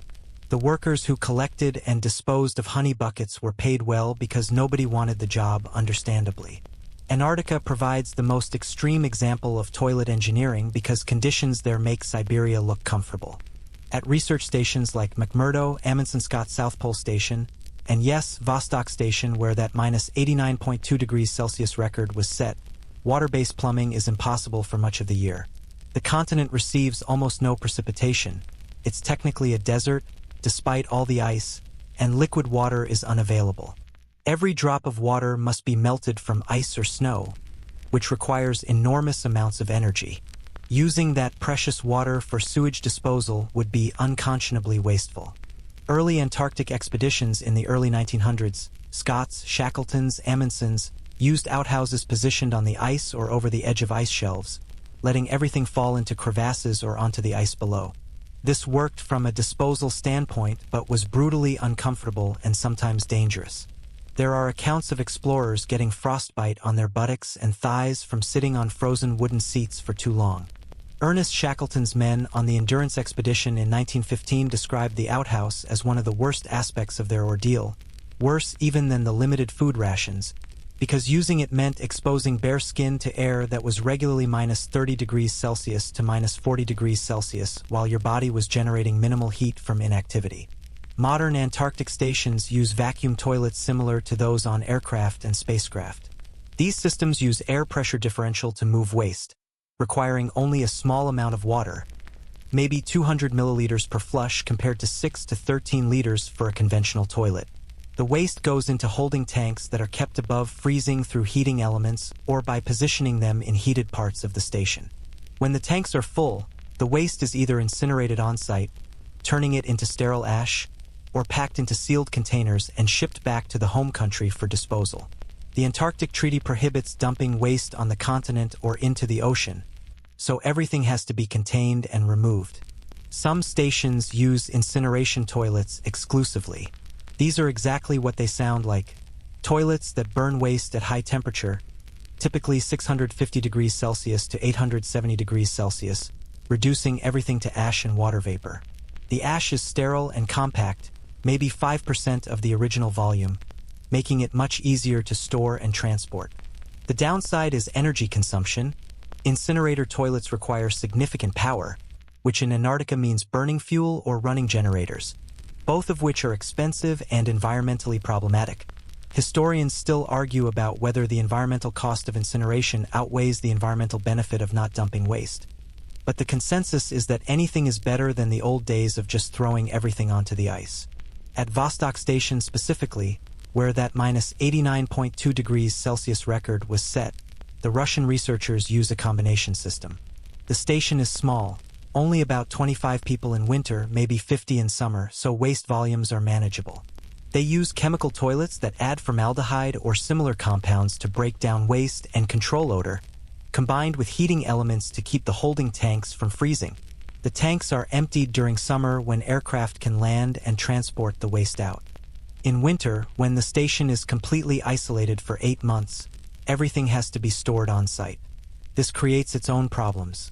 Holding tanks can only hold so much, and if something goes wrong with the system, the consequences are immediate and awful.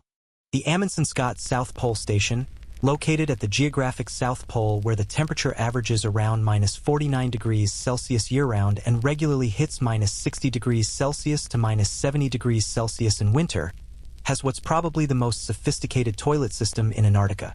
The station was rebuilt in the early 2000s with a state-of-the-art wastewater treatment system that's similar to what you'd find on a large ship or submarine. Waste goes into a biological treatment system where bacteria break down organic matter in heated, aerated tanks. The treated water is filtered and can theoretically be reused, though in practice it's not used for drinking.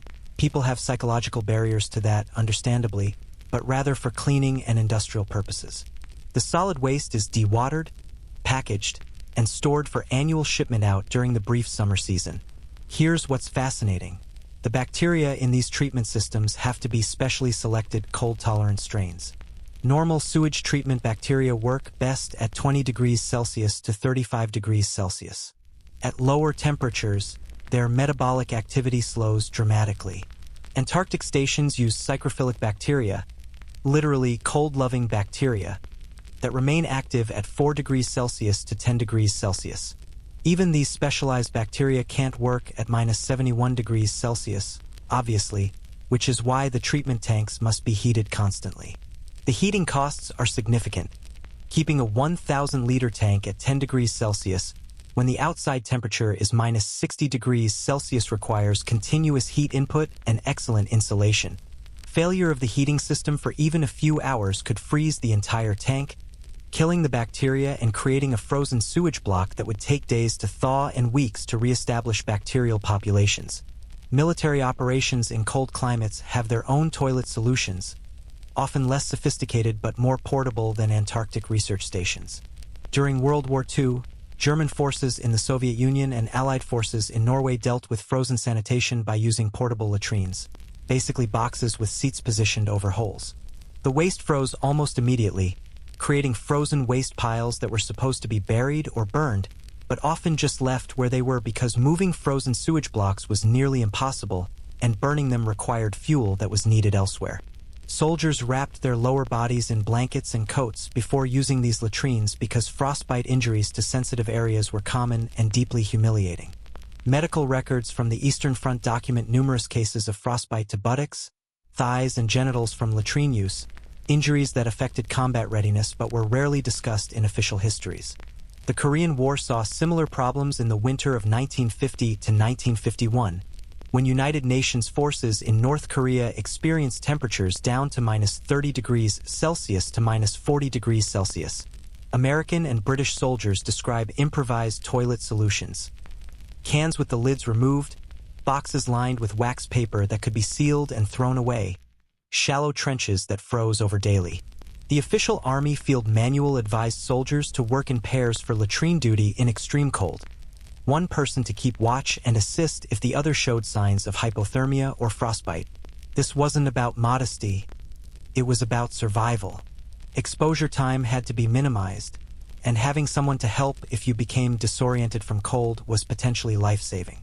Jump to modern Arctic military operations, Canadian forces in Alert, Nunavut, the northernmost permanently inhabited place in the world, or U.S. forces at various Arctic training facilities. These installations use heated toilet facilities with flush toilets connected to heated holding tanks or treatment systems. The toilets themselves are often equipped with heated seats, not as a luxury but as a safety feature to prevent frostbite. The pipes are heat-traced, wrapped in electric heating cables that keep them above freezing, and insulated with foam and reflective barriers. The entire system requires constant power and monitoring. If power fails, the installation has maybe 4 to 6 hours before pipes start freezing, depending on outside temperature, and emergency protocols include shutting off water and draining pipes to prevent burst damage. Here's something historians still debate. Did Napoleon's Grand Army suffer toilet-related casualties during the retreat from Moscow in 1812? The historical record is frustratingly vague on sanitation issues.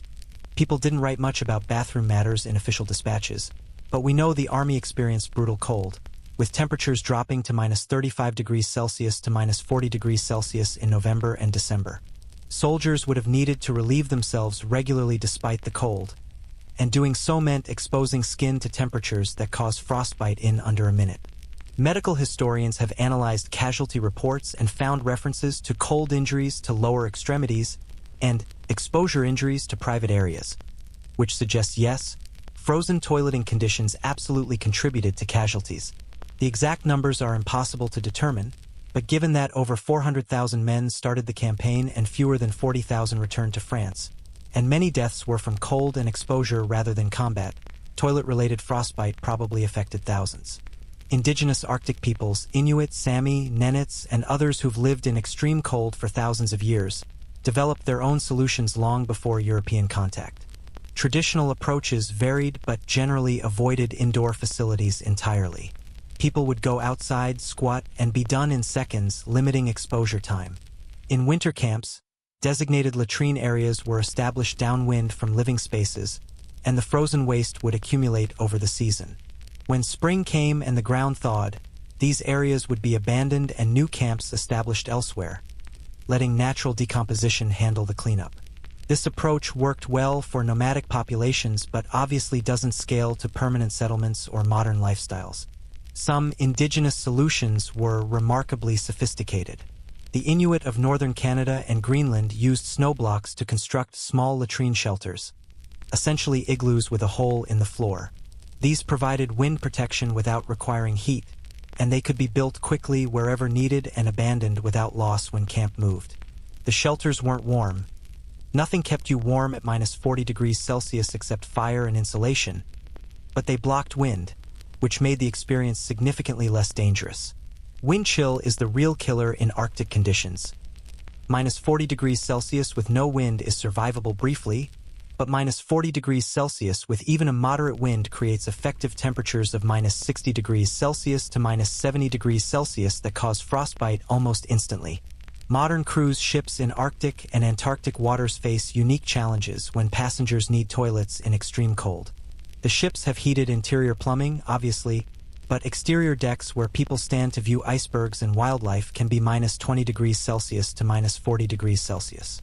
Ships provide heated indoor toilets, but the challenge is getting people to leave the deck and come inside before it's an emergency.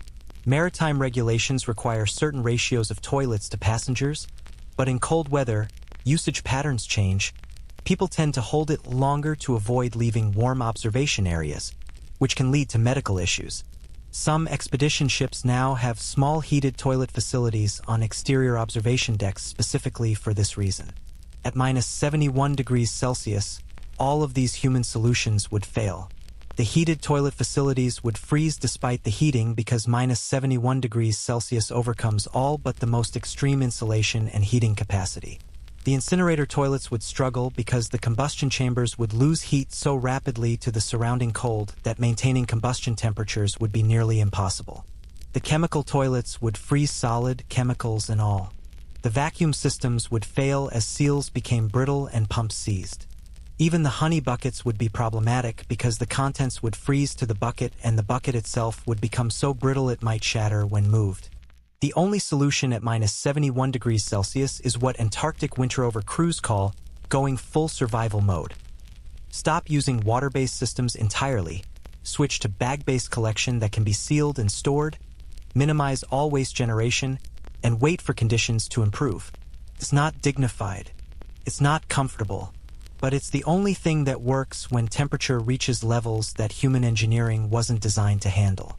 Now let's get into the science of why everything fails so spectacularly at minus 71 degrees Celsius, because understanding the molecular and material physics at play helps explain why your toilet doesn't just get cold, it gets destroyed. We're talking about phase transitions, thermal expansion coefficients, crystalline structures, and the fundamental behavior of matter at temperatures far outside the range that most materials are designed to handle. This is where physics and chemistry meet engineering, and where all three collectively throw up their hands and say, "We didn't sign up for this." Start with porcelain, the material your toilet bowl and tank are made from. Porcelain is a ceramic, specifically vitreous china, which means it's been fired at such high temperatures, typically 1,200 degrees Celsius to 1,400 degrees Celsius, that the clay particles have fused into a glass-like matrix.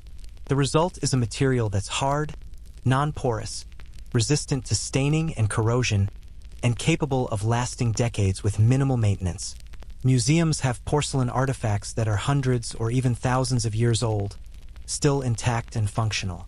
Chinese potters were creating true porcelain as early as the Tang Dynasty, around 600 to 900 CE, and the technique remained a closely guarded secret until European manufacturers finally figured it out in the early 1700s. But here's the thing about porcelain. It's strong in compression but weak in tension. Squeeze it and it can handle enormous pressure, thousands of pounds per square inch. Pull it apart, try to stretch it, apply tension, and it shatters at much lower force levels. This asymmetry is fundamental to ceramic materials. Their molecular structure consists of ionic and covalent bonds that resist being pushed together but can't flex when pulled apart.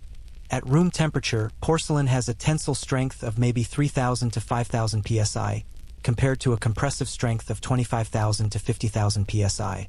It's like a weightlifter who can squat 500 pounds but can only do 10 pull-ups. As temperature drops, porcelain becomes increasingly brittle. This happens because thermal energy, heat, allows atoms to vibrate within their bonds. These vibrations give materials a tiny bit of flexibility, a microscopic ability to adjust when stress is applied. At minus 71 degrees Celsius, atomic vibrations have slowed dramatically. The porcelain structure is locked in place, rigid, unable to absorb any stress through atomic movement. When ice expands inside the toilet bowl and applies tensile stress to the porcelain, the material can't flex even microscopically. It just cracks. The coefficient of thermal expansion for porcelain is relatively low, around 4 to 6 times 10 per degree Celsius. This means for every degree of temperature drop, porcelain contracts by about 4 to 6 millionths of its original dimension. From 20 degrees Celsius to minus 71 degrees Celsius, a drop of 91 degrees, your toilet bowl shrinks by about 0.04% to 0.05%.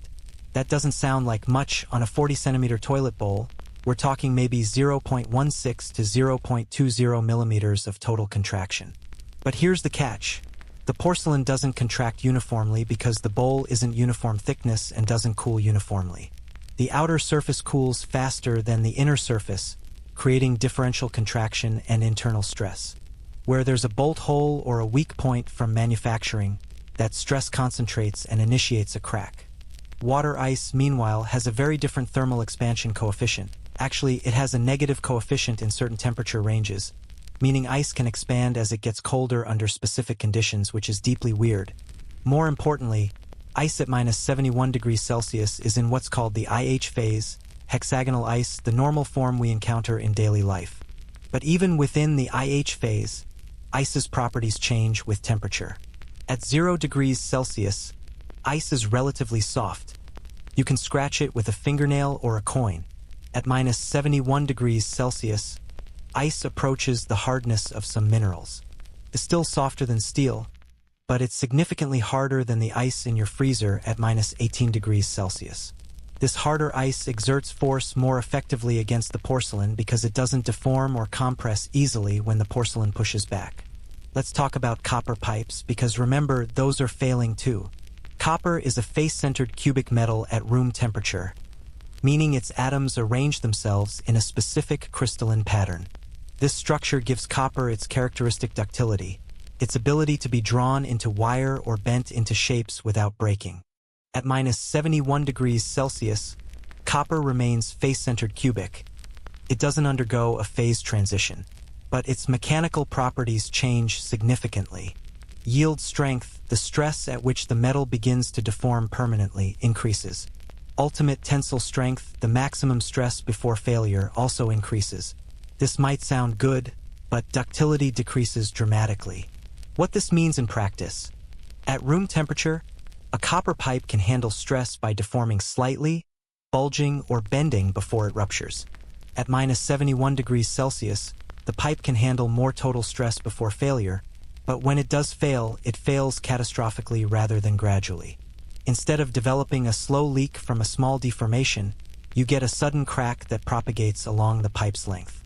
The crack travels at the speed of sound in copper, about 3,700 meters per second, so the entire failure happens in milliseconds. One moment you have an intact pipe, the next moment you have 2 or 3 pieces. The thermal conductivity of copper is both a blessing and a curse. At room temperature, copper conducts heat at about 400 watts per meter Kelvin, which is why it's used in heat exchangers and radiators. This high conductivity means copper pipes cool very quickly in cold environments. They can't retain heat, can't maintain a temperature differential with their surroundings. Within minutes of exposure to minus 71 degrees Celsius air, the copper has reached near ambient temperature throughout its thickness. There's no gradual temperature gradient, no warm core that maintains ductility while the surface gets cold. The entire pipe cross-section reaches minus 71 degrees Celsius almost simultaneously, and every atom in the metal is now operating at extreme cold. PX tubing, cross-linked polyethylene, behaves entirely differently because it's a polymer, not a metal or ceramic. At room temperature, PEX consists of long hydrocarbon chains that are cross-linked, meaning chemical bonds connect one chain to another at various points. This cross-linking gives PEX its shape, memory, and flexibility. You can bend it, and it wants to return to its original shape. At minus 71 degrees Celsius, something called the glass transition occurs. The polymer chains lose their mobility. They're locked in place, unable to slide past each other, unable to flex. The PX has transitioned from a flexible polymer to a glassy solid. The glass transition temperature for polyethylene is typically around minus 110 degrees Celsius to minus 125 degrees Celsius, which is well below our minus 71 degrees Celsius, so you might think PX would still be flexible.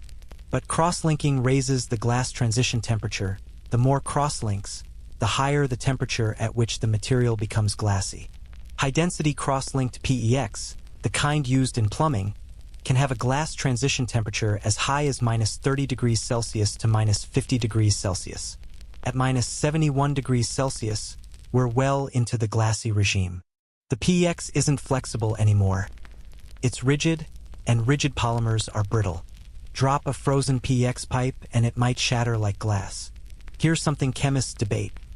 Does the degradation of PX at extreme cold constitute a reversible or irreversible change? Some argue that if you warm the PX back up slowly, it'll return to its original flexible state, that the glass transition is purely physical and leaves no permanent damage. Others point to evidence that extreme cold can cause microcracking in the polymer matrix, tiny fractures at the molecular level that don't heal when temperature rises. These microcracks propagate into visible cracks over time, meaning PEX that's been frozen to minus 71 degrees Celsius might seem fine when it warms up but could fail weeks or months later when pressurized. The data is still incomplete because not many researchers are testing plumbing materials at Antarctic temperatures. Rubber seals and gaskets, the components that create watertight connections between pipes, between the toilet tank and bowl, between the wax ring and the flange, are perhaps the most vulnerable components of all. Rubber is an elastomer, a polymer that can stretch to several times its original length and then return to its original shape. This property depends entirely on the polymer chains being mobile enough to uncoil when stretched and recoil when released. At minus 71 degrees Celsius, that mobility is gone completely. Rubber undergoes its glass transition at various temperatures depending on composition. Natural rubber around minus 70 degrees Celsius, synthetic rubbers between minus 50 degrees Celsius and minus 90 degrees Celsius depending on formulation.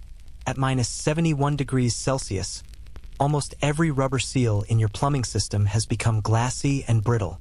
The toilet tank gasket, the O-rings in your shutoff valve, the rubber washers in your faucets, all of them are now hard as plastic. If you tried to compress one, it wouldn't deform and spring back. It would crack or shatter. The molecular chains that give rubber its elasticity are frozen in place, unable to move. When these seals warm up, they don't automatically return to functional elasticity. The compression they were under while frozen has created deformations that become permanent. The seal might look intact, but it no longer seals properly. Air and water can leak past because the rubber has lost its memory, its ability to maintain shape and pressure against mating surfaces. The wax ring beneath your toilet deserves special attention because wax behaves uniquely at extreme cold. Wax is a mixture of long-chain hydrocarbons, typically derived from petroleum, though natural waxes from bees or plants exist too. At room temperature, wax is malleable. You can squeeze it, deform it, shape it with your hands. This malleability comes from the hydrocarbon chains sliding past each other. The chains are held together by weak van der Waals forces, not strong covalent bonds, so they can move relatively freely. As temperature drops, wax becomes progressively harder and more brittle. At minus 71 degrees Celsius, the wax ring under your toilet has transitioned to a glassy solid that's completely rigid. The hydrocarbon chains have lost all mobility. If you could remove the frozen wax ring and drop it on concrete, it would shatter into pieces. More importantly, the wax has contracted as it cooled. The coefficient of thermal expansion for paraffin wax is about 200 to 900 times 10 per degree Celsius, much higher than porcelain or metal. From 20 degrees Celsius to minus 71 degrees Celsius, the wax has shrunk by 2% to 8% of its volume. That sounds small until you realize the wax ring was maybe 8 to 10 centimeters in diameter and 2 centimeters thick. A 5% volume reduction means noticeable gaps between the wax and the surfaces it's supposed to seal. Even if the wax returns to room temperature, it won't flow back into those gaps because wax doesn't have elasticity or memory. Once deformed, it stays deformed until you physically reshape it. Steel bolts that hold your toilet to the floor have their own problems. Steel's tensile strength increases as temperature drops, similar to copper, but ductility decreases. At minus 71 degrees Celsius, steel becomes prone to something called brittle fracture, sudden catastrophic failure without warning or plastic deformation. Engineers study this phenomenon extensively because it causes structural failures in cold climates. Ships sinking when their hulls crack in icy waters, bridges collapsing in extreme cold, pipelines rupturing in Arctic conditions. The Titanic disaster in 1912 was partly attributed to brittle fracture. The steel hull plates and rivets, already at near-freezing temperatures from the North Atlantic, became even more brittle on impact with the iceberg and shattered rather than deforming. Your toilet bolts, under tension from holding the toilet's weight, are experiencing stress concentration at the threads where they engage with the floor flange. At -71 degrees Celsius, the steel has become brittle enough that the stress at those thread roots could exceed the fracture toughness of the material. The bolts might snap cleanly through, like breaking a pencil, rather than bending or stretching. When they fail, the toilet loses its anchor points, and even if the porcelain somehow survived the ice expansion, the toilet could tip or shift, breaking other connections and accelerating the total failure. Let's discuss PVC drain pipes in more detail. PVC, polyvinyl chloride, is one of the most common plastics in modern construction, used for drain pipes, vent pipes, electrical conduit, window frames, and countless other applications. At room temperature, PVC is rigid but not brittle. You can't bend it easily, but it won't shatter if you drop it. The glass transition temperature for PVC is around 80 degrees Celsius, well above room temperature, which is why PVC is already somewhat glassy at room temperature. As temperature drops, PVC's impact strength, its ability to absorb sudden shock without breaking, decreases dramatically. At -71 degrees Celsius, PVC has roughly 10% of the impact strength it has at 20 degrees Celsius. A pipe that could survive being accidentally struck with a hammer at room temperature will shatter from a gentle tap at -71 degrees Celsius. The molecular chains have contracted and locked together so tightly that there's no energy absorption mechanism. Impact energy that would normally be dissipated through molecular motion and small-scale deformation instead concentrates at the impact point and creates a crack. The solvent-welded joints in PVC plumbing, where pipe sections are connected using primer and cement that chemically fuse the plastic, are particularly vulnerable. The cement creates a bond by partially dissolving the PVC surfaces and allowing polymer chains to intertwine between the pipe and fitting. At room temperature, this creates a joint that's often stronger than the pipe itself. At -71 degrees Celsius, the joint becomes the weak point because the cement layer has different thermal expansion properties than the pure PVC pipe. Differential contraction creates shear stress at the interface, and the joint separates or cracks. If you could examine a failed joint under a microscope, you'd see that the separation occurs right at the cement layer, a clean break along a plane that was supposed to be the strongest part of the connection. Cast iron pipes, the heavyweight champions of drain systems, seem like they should survive better due to their mass and strength. Cast iron is an alloy of iron with 2% to 4% carbon, and it's been used for water and sewer pipes since the 1600s. At room temperature, cast iron is strong but also somewhat brittle compared to steel. It can't be bent or forged like steel can. At -71 degrees Celsius, cast iron becomes extremely brittle. The carbon in the iron forms cementite, iron carbide, particles within the iron matrix, and these particles become nucleation points for cracks at low temperature. There's also a phenomenon called cold shortness, where cast iron becomes particularly brittle at low temperatures due to impurities like sulfur or phosphorus. Historical cast iron pipes, especially those from the early 1900s, often contain higher levels of these impurities than modern equivalents because refining techniques were less sophisticated. If your house has century-old cast iron drains, they're failing at -71 degrees Celsius through a combination of ice expansion, thermal stress, and inherent material brittleness exacerbated by impurities. Solder joints in copper plumbing, those rings of metal alloy that fuse pipe sections together, undergo their own transformation at extreme cold. Modern lead-free solder is typically a tin-silver or tin-copper alloy. Tin, the primary component, has a peculiar property.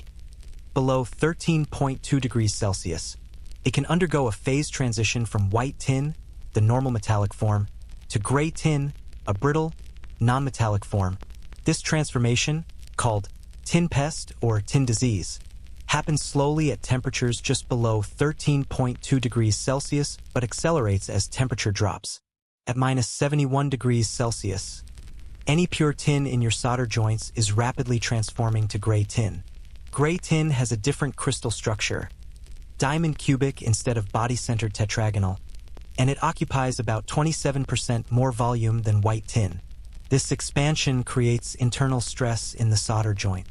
Additionally, gray tin is a semiconductor rather than a metal, meaning it's brittle and has poor mechanical strength. The solder joint is literally falling apart at the atomic level, transforming from a strong metallic bond to a crumbly, weak non-metallic connection. When things warm up, the gray tin should theoretically transform back to white tin, but the damage from the volume expansion and mechanical stress remains. The joint might look intact but could fail under pressure. Concrete foundations and septic tanks face their own material challenges. Concrete is porous. It contains countless microscopic voids and capillaries from the water that evaporated during curing. These voids typically contain some residual moisture or can absorb water from surrounding soil. At -71 degrees Celsius, that moisture freezes and expands, creating internal pressure. The phenomenon is called hydraulic pressure or ice pressure, and it's one of the primary mechanisms of concrete deterioration in cold climates. High-quality concrete with low permeability and air entrainment, tiny air bubbles intentionally incorporated during mixing, can survive some freeze-thaw cycles because the air bubbles provide relief space for expanding ice. But at -71 degrees Celsius, even air-entrained concrete suffers. The ice expansion is so extreme, and the concrete is so brittle at that temperature, that cracks propagate regardless of air content. Additionally, concrete's tensile strength is inherently low, maybe 10% to 15% of its compressive strength. So any tensile stress from ice expansion easily exceeds the failure threshold. The calcium silicate hydrate that gives concrete its strength has a coefficient of thermal expansion of about 10 to 12 times 10 per degree Celsius. The aggregate in concrete, sand, and gravel has varying expansion coefficients depending on composition, typically 5 to 13 times 10. When temperature drops rapidly, the paste and aggregate contract at slightly different rates, creating microcracks at the interface between them. These microcracks weaken the concrete even before ice expansion enters the picture. Together, differential thermal contraction and ice expansion create a perfect storm of concrete destruction. Fiberglass septic tanks fare somewhat better than concrete but aren't immune to damage. Fiberglass is a composite of glass fibers in a polymer resin matrix, typically polyester or epoxy. The glass fibers provide tensile strength while the resin holds everything together. At -71 degrees Celsius, the resin undergoes glass transition, becoming brittle. The fibers themselves are already glassy. They're made of glass after all, but the resin that bonds them loses its toughness. Impact that the tank could absorb at room temperature will crack the resin and potentially debond it from the fibers. There's also thermal stress from expansion coefficient mismatch. Glass has a very low thermal expansion coefficient, around 3 to 9 times 10 depending on type. Polyester resin has a much higher coefficient, around 80 to 100 times 10. From 20 degrees Celsius to -71 degrees Celsius, the resin shrinks much more than the glass fibers, creating shear stress at the fiber-resin interface. This stress can debond the fibers from the resin, creating delamination, layers of the composite separating from each other. The tank might look intact from outside, but internally it's falling apart layer by layer. Every material in your bathroom and plumbing system has been engineered for a specific temperature range, and -71 degrees Celsius is so far outside that range that the fundamental physics of the materials changes.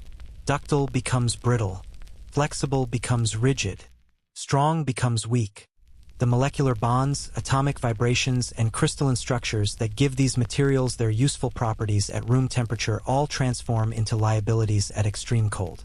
Your toilet isn't just freezing, it's being destroyed at the molecular level, with every material component failing in its own unique way according to the laws of thermodynamics and material science. Antarctica isn't just a thought experiment or a historical curiosity. It's a real place where real people live and work year-round, dealing with temperatures that regularly approach or exceed our -71 degrees Celsius scenario. Let's talk about what actual toilet technology looks like when you're operating at the bottom of the world, where the temperature outside could freeze your eyeballs in their sockets and every drop of water is precious beyond measure. This is where engineering meets survival, where the simple act of human waste disposal becomes a complex problem requiring solutions that sound like science fiction but are very much science fact. McMurdo Station, the largest research facility in Antarctica, sits on the southern tip of Ross Island. It's practically tropical by Antarctic standards, winter temperatures only drop to around -30 degrees Celsius to -50 degrees Celsius, and summer can hit -5 degrees Celsius or even above freezing on rare sunny days. About 1,000 people live there during summer, dropping to 150 in winter. McMurdo has what's possibly the most sophisticated sewage treatment system on the continent, a facility that would be completely ordinary in any American town but is extraordinary for being located at the end of the world. The system works like this. Toilets are conventional flush toilets using fresh water that's been produced by a desalination plant processing seawater from McMurdo Sound. Each flush uses about 6 liters, same as your toilet at home. The wastewater flows through heated, insulated pipes to a central treatment facility where it undergoes primary settling, biological treatment with aeration tanks, and final clarification. The treated effluent is tested to meet EPA standards. Yes, the same standards that apply in the continental United States, and then discharged through an ocean outfall pipe that extends 1.1 kilometers into McMurdo Sound at a depth of 25 meters. The solid waste is dewatered, packaged, and shipped back to the United States for disposal. Nothing stays in Antarctica except what's discharged into the ocean after treatment. The entire system requires constant heating. Every pipe is heat traced with electric cables and wrapped in insulation rated for extreme cold. The treatment facility itself is a heated building, kept at 15 degrees Celsius to 20 degrees Celsius year-round to support the biological processes. The power requirements are substantial. Heating, pumping, aeration, and monitoring consume several hundred kilowatts continuously. If power fails, the station has backup generators, and if those fail, emergency protocols include shutting down the water supply and switching to emergency chemical toilets within hours. The margin for error is razor thin because frozen pipes at -40 degrees Celsius take days to thaw safely without causing ruptures. Here's what historians still argue about regarding Antarctic sanitation. Early expeditions in the heroic age of exploration, roughly 1900 to 1922, left behind enormous waste accumulations that are now being cleaned up as historic sites are restored. Scott's huts, Shackleton's huts, various other early bases have surrounding areas contaminated with human waste that's been frozen for over a century. Is this waste still dangerous? Does century-old frozen sewage present health risks? Some scientists say no, the freezing has killed all pathogens, and the material is essentially sterile. Others point out that some bacteria can survive freezing in dormant states and could theoretically revive if conditions change. The debate matters because cleanup is expensive and logistically challenging, but leaving historic waste in place might violate modern environmental standards. At Amundsen Scott South Pole Station, conditions are far more extreme than McMurdo. The station sits at 2,835 meters elevation on the polar ice plateau, where the average annual temperature is -49 degrees Celsius and winter routinely hits -60 degrees Celsius to -75 degrees Celsius. The record low at the station is -82.8 degrees Celsius, recorded in June 1982. This is colder than our -71 degrees Celsius scenario. The people living there, about 150 in summer, 50 in winter, have to deal with toilet systems that operate in conditions where water-based sanitation should be impossible. The current South Pole Station, opened in 2008, uses a vacuum waste collection system similar to what you'd find on an aircraft or cruise ship. When you flush, a valve opens and air pressure differential, about 0.5 atmospheres of pressure difference, sucks the waste and a small amount of rinse water into collection pipes. The system uses only about 200 milliliters of water per flush, compared to 6 liters for conventional toilets. This water is heated before entering the toilet bowl to prevent immediate freezing. The waste travels through vacuum pipes to a collection tank located in a heated section of the station. The collection tank is interesting. It's essentially a large holding tank where waste accumulates until it can be processed. The tank is kept at 20 degrees Celsius, heated by electric elements and monitored constantly because if it freezes, the resulting ice expansion would rupture the tank and create a catastrophe that nobody wants to think about. The waste is periodically pumped from the collection tank into what's called a rodwell, a vertical shaft melted into the ice sheet using hot water. The shaft is 80 to 100 meters deep, extending below the active surface ice into the permanently cold interior ice. Here's the genius and the controversy. Waste dumped into the Rodwell essentially becomes part of the ice sheet. It slowly freezes into the surrounding ice and, over centuries or millennia, will be buried deeper and deeper as snow accumulates on the surface and compacts into ice. The waste moves with the ice flow, gradually migrating toward the coast where, in perhaps 100,000 years, it'll calve off in an iceberg and melt into the ocean. From an engineering standpoint, it's elegant. You're using the ice sheet itself as a permanent disposal system. From an environmental standpoint, it's controversial. Critics argue that contaminating the ice sheet, even if the contamination is deeply buried and slowly moving, violates the spirit of the Antarctic Treaty's environmental protocols. Supporters counter that the alternative, shipping all waste off-continent, would require enormous fuel consumption and carbon emissions that arguably cause more environmental harm. The Rodwell system only works because the waste is liquid when dumped. If it were solid, it wouldn't descend into the shaft. This means the vacuum collection system must keep the waste from freezing between the toilet and the Rodwell. The pipes are routed through heated sections of the station, insulated, heat-traced, and monitored with temperature sensors. If any section starts to cool below 5 degrees Celsius, alarms sound and maintenance teams respond immediately. Frozen waste in the vacuum pipes would block the system, and clearing a blockage would require physically cutting into the pipes, a repair that could take days in the South Pole's environment. Vostok Station, where that minus 89.2 degrees Celsius record was set, has far more primitive facilities because it's a much smaller station. Typically only 13 people in winter, maybe 30 in summer, live in buildings that were mostly constructed in the Soviet era and haven't been substantially upgraded since. The Russians who staff Vostok use a combination of chemical toilets and holding tanks. The toilets add chemicals, typically formaldehyde or similar compounds, that break down waste and control odor. The holding tanks are located in heated areas and emptied during summer when aircraft can reach the station. What's fascinating about Vostok is that the waste can't be dumped into a Rodwell like at the South Pole because Vostok sits above Lake Vostok, a subglacial lake 4 kilometers beneath the ice. Contaminating that lake, which has been isolated from the surface for potentially millions of years and might contain unique life forms, would be an environmental crime of the first order. So all waste must be contained and eventually flown out, despite the enormous cost and logistical complexity. The holding tanks are double-walled, insulated, and equipped with multiple redundant heating systems because freezing would be disastrous. Here's a quirky fact about Antarctic toilets. At many stations, including Vostok and some of the more remote field camps, toilet paper is strictly rationed. Not for cost reasons, but for waste volume reasons. Excess toilet paper increases the volume of waste that must be stored and transported. Some stations have posted suggested maximum amounts, typically around 50 to 75 centimeters per visit, measured out by perforations. It sounds absurd until you realize that over a year, even small reductions in toilet paper usage by each person significantly decrease total waste volume that must be handled. The British Halley Research Station, located on the Brunt Ice Shelf, has gone through 6 iterations, with Halley 6 being the current version opened in 2013. Halley 6 is notable for being built on hydraulic legs that can be raised to keep the station above accumulating snow, and for being modular so sections can be moved if the ice shelf cracks. The station's toilet system uses vacuum collection similar to the South Pole, but with an interesting twist.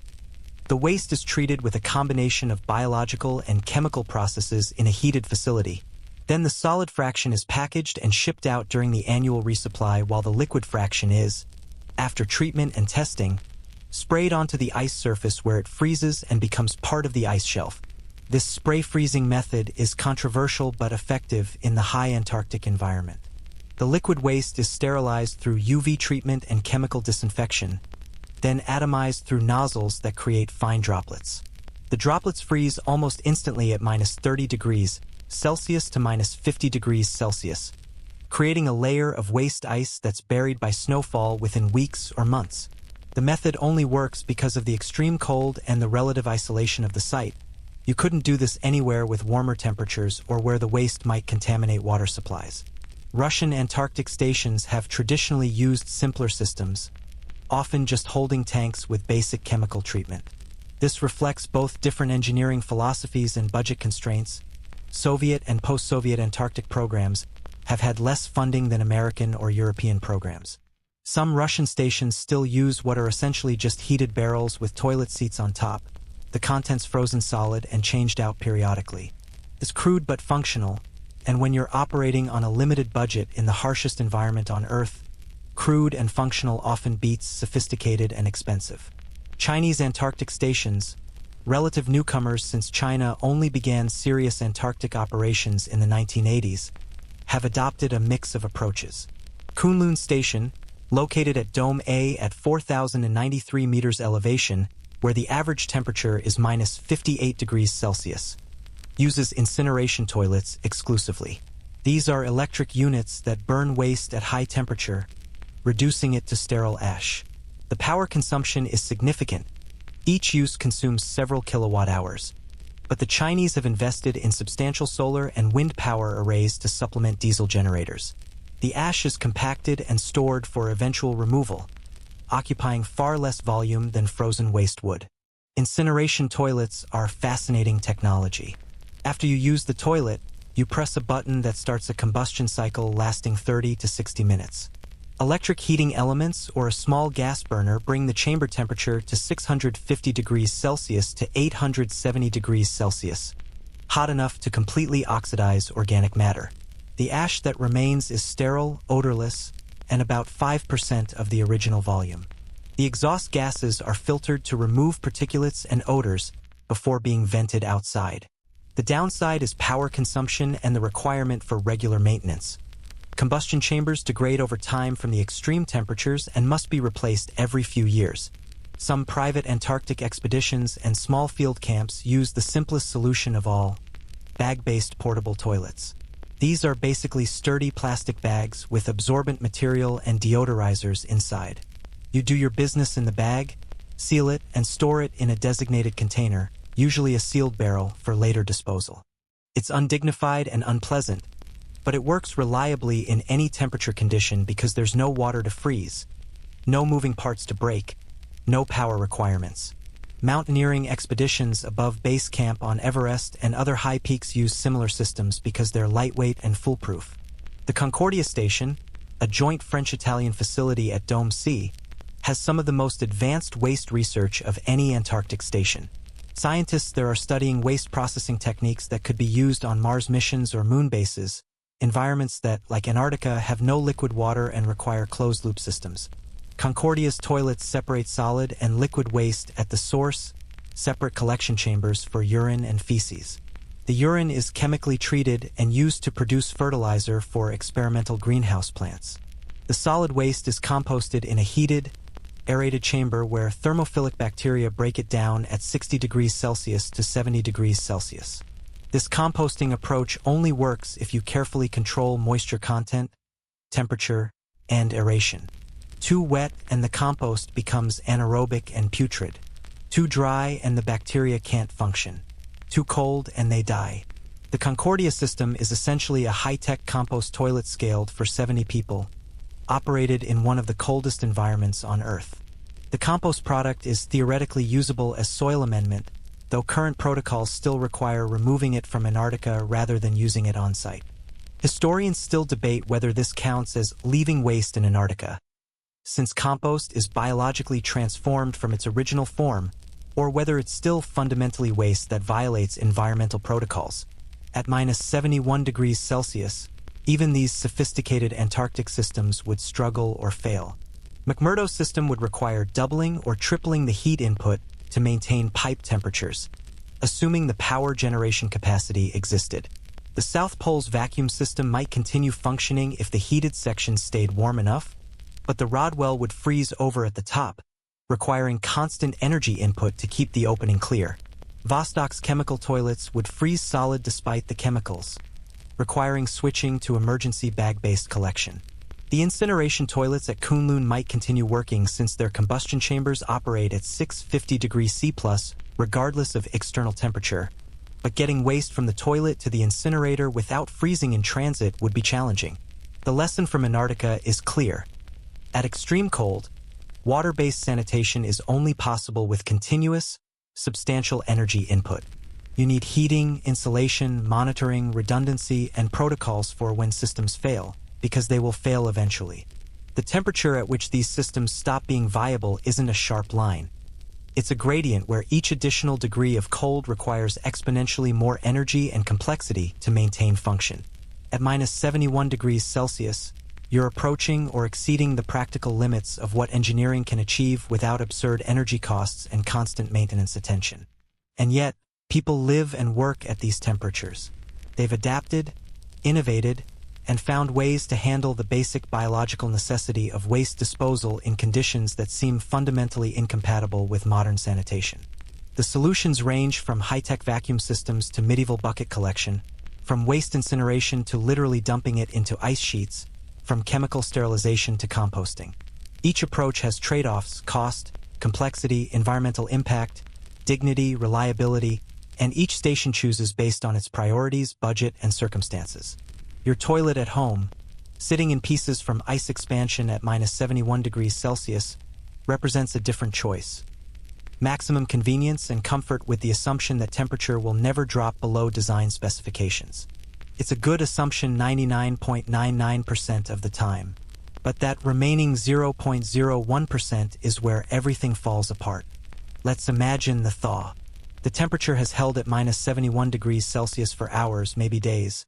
Long enough that your entire plumbing system has reached thermal equilibrium with the environment, long enough that ice has formed wherever water existed, long enough that every material has contracted and brittled as much as it's going to.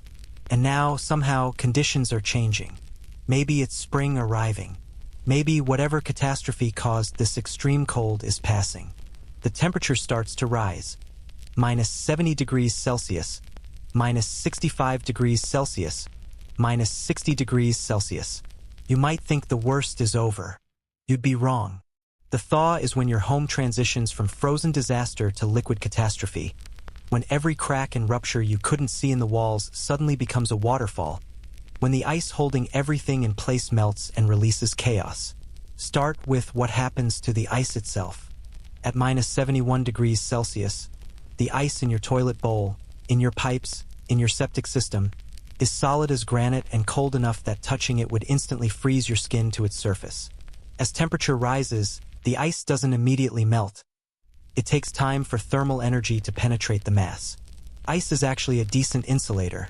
Its thermal conductivity is about 2.2 watts per meter Kelvin, roughly 4 times better than wood but 50 times worse than copper. A large block of ice insulates itself, warming from the outside in. At minus 40 degrees Celsius, the outermost layer of ice in your exposed toilet bowl begins developing a microscopic surface layer of quasi-liquid water. Not fully liquid but not fully solid either, a molecular thick film that gives ice its characteristic slipperiness. The ice is still fundamentally solid, but this surface film allows stress relief that wasn't possible at minus 71 degrees Celsius. Microcracks in the porcelain, held open by ice at extreme cold, start to shift slightly as the ice surface becomes marginally less rigid. This shifting often propagates cracks deeper rather than closing them. The damage is done, and movement just makes it worse. At minus 20 degrees Celsius, you're approaching the freezing point of pure water, but the ice in your system isn't pure. Remember, we're not just dealing with clean water. Your toilet bowl had water, yes, but your drain pipes had wastewater, your septic tank had sewage. These substances have dissolved salts, organic compounds, minerals that depress the freezing point. The ice in your drain pipes might start showing liquid pockets at minus 10 degrees Celsius as high-concentration brine remains unfrozen. The ice in your septic tank could have liquid channels at minus 15 degrees Celsius, where concentrated organic acids and salts haven't frozen. As temperature crosses 0 degrees Celsius, actual melting begins in earnest. The ice in your toilet bowl, assuming the porcelain hasn't completely disintegrated, starts turning to water at the surface while remaining frozen in the center. This creates a slush layer, a mixture of ice crystals and liquid water that's mechanically weak. The pressure that was holding the cracked porcelain in a stable configuration suddenly releases. Pieces of porcelain that were locked in place by ice now shift or fall away. The bowl might literally collapse at this point, large sections dropping to the floor, revealing the jagged ice column that's still frozen in the center. Here's where things get truly catastrophic. The pipes in your walls are thawing too, but they're thawing unevenly. Pipes in exterior walls close to the cold thaw last. Pipes in interior walls, surrounded by the house's residual heat, thaw first. This creates a pressure differential. When the ice in an interior pipe melts, it becomes liquid water again, occupying about 9% less volume than the ice did. That water wants to flow downward following gravity, but it encounters ice blockages in pipes that haven't thawed yet. Pressure builds behind the ice dam. When the ice finally melts or breaks through, water surges forward at high pressure, accelerating the flooding. Your main water supply line from the street is probably still pressurized by the municipal system, unless the main itself froze, which is possible if this cold snap was widespread. When ice in your supply line melts, that pressurized water immediately finds every crack, every split, every failed joint that the freezing created. Water pours into wall cavities at 40 to 80 psi, the normal municipal water pressure. A single crack just a millimeter wide can leak several liters per minute. You've got 7 cracks. Remember, we estimated 7 major failures, and each one is now hemorrhaging water into spaces that aren't designed to handle it. The drywall in your bathroom walls has been weakened by the cold. It's cracked and brittle, and now it's absorbing water. Gypsum board can absorb roughly 5% to 10% of its weight in water before it starts to sag and deform. When it hits 20% to 30% water content, the paper facing delaminates from the gypsum core and the board loses structural integrity.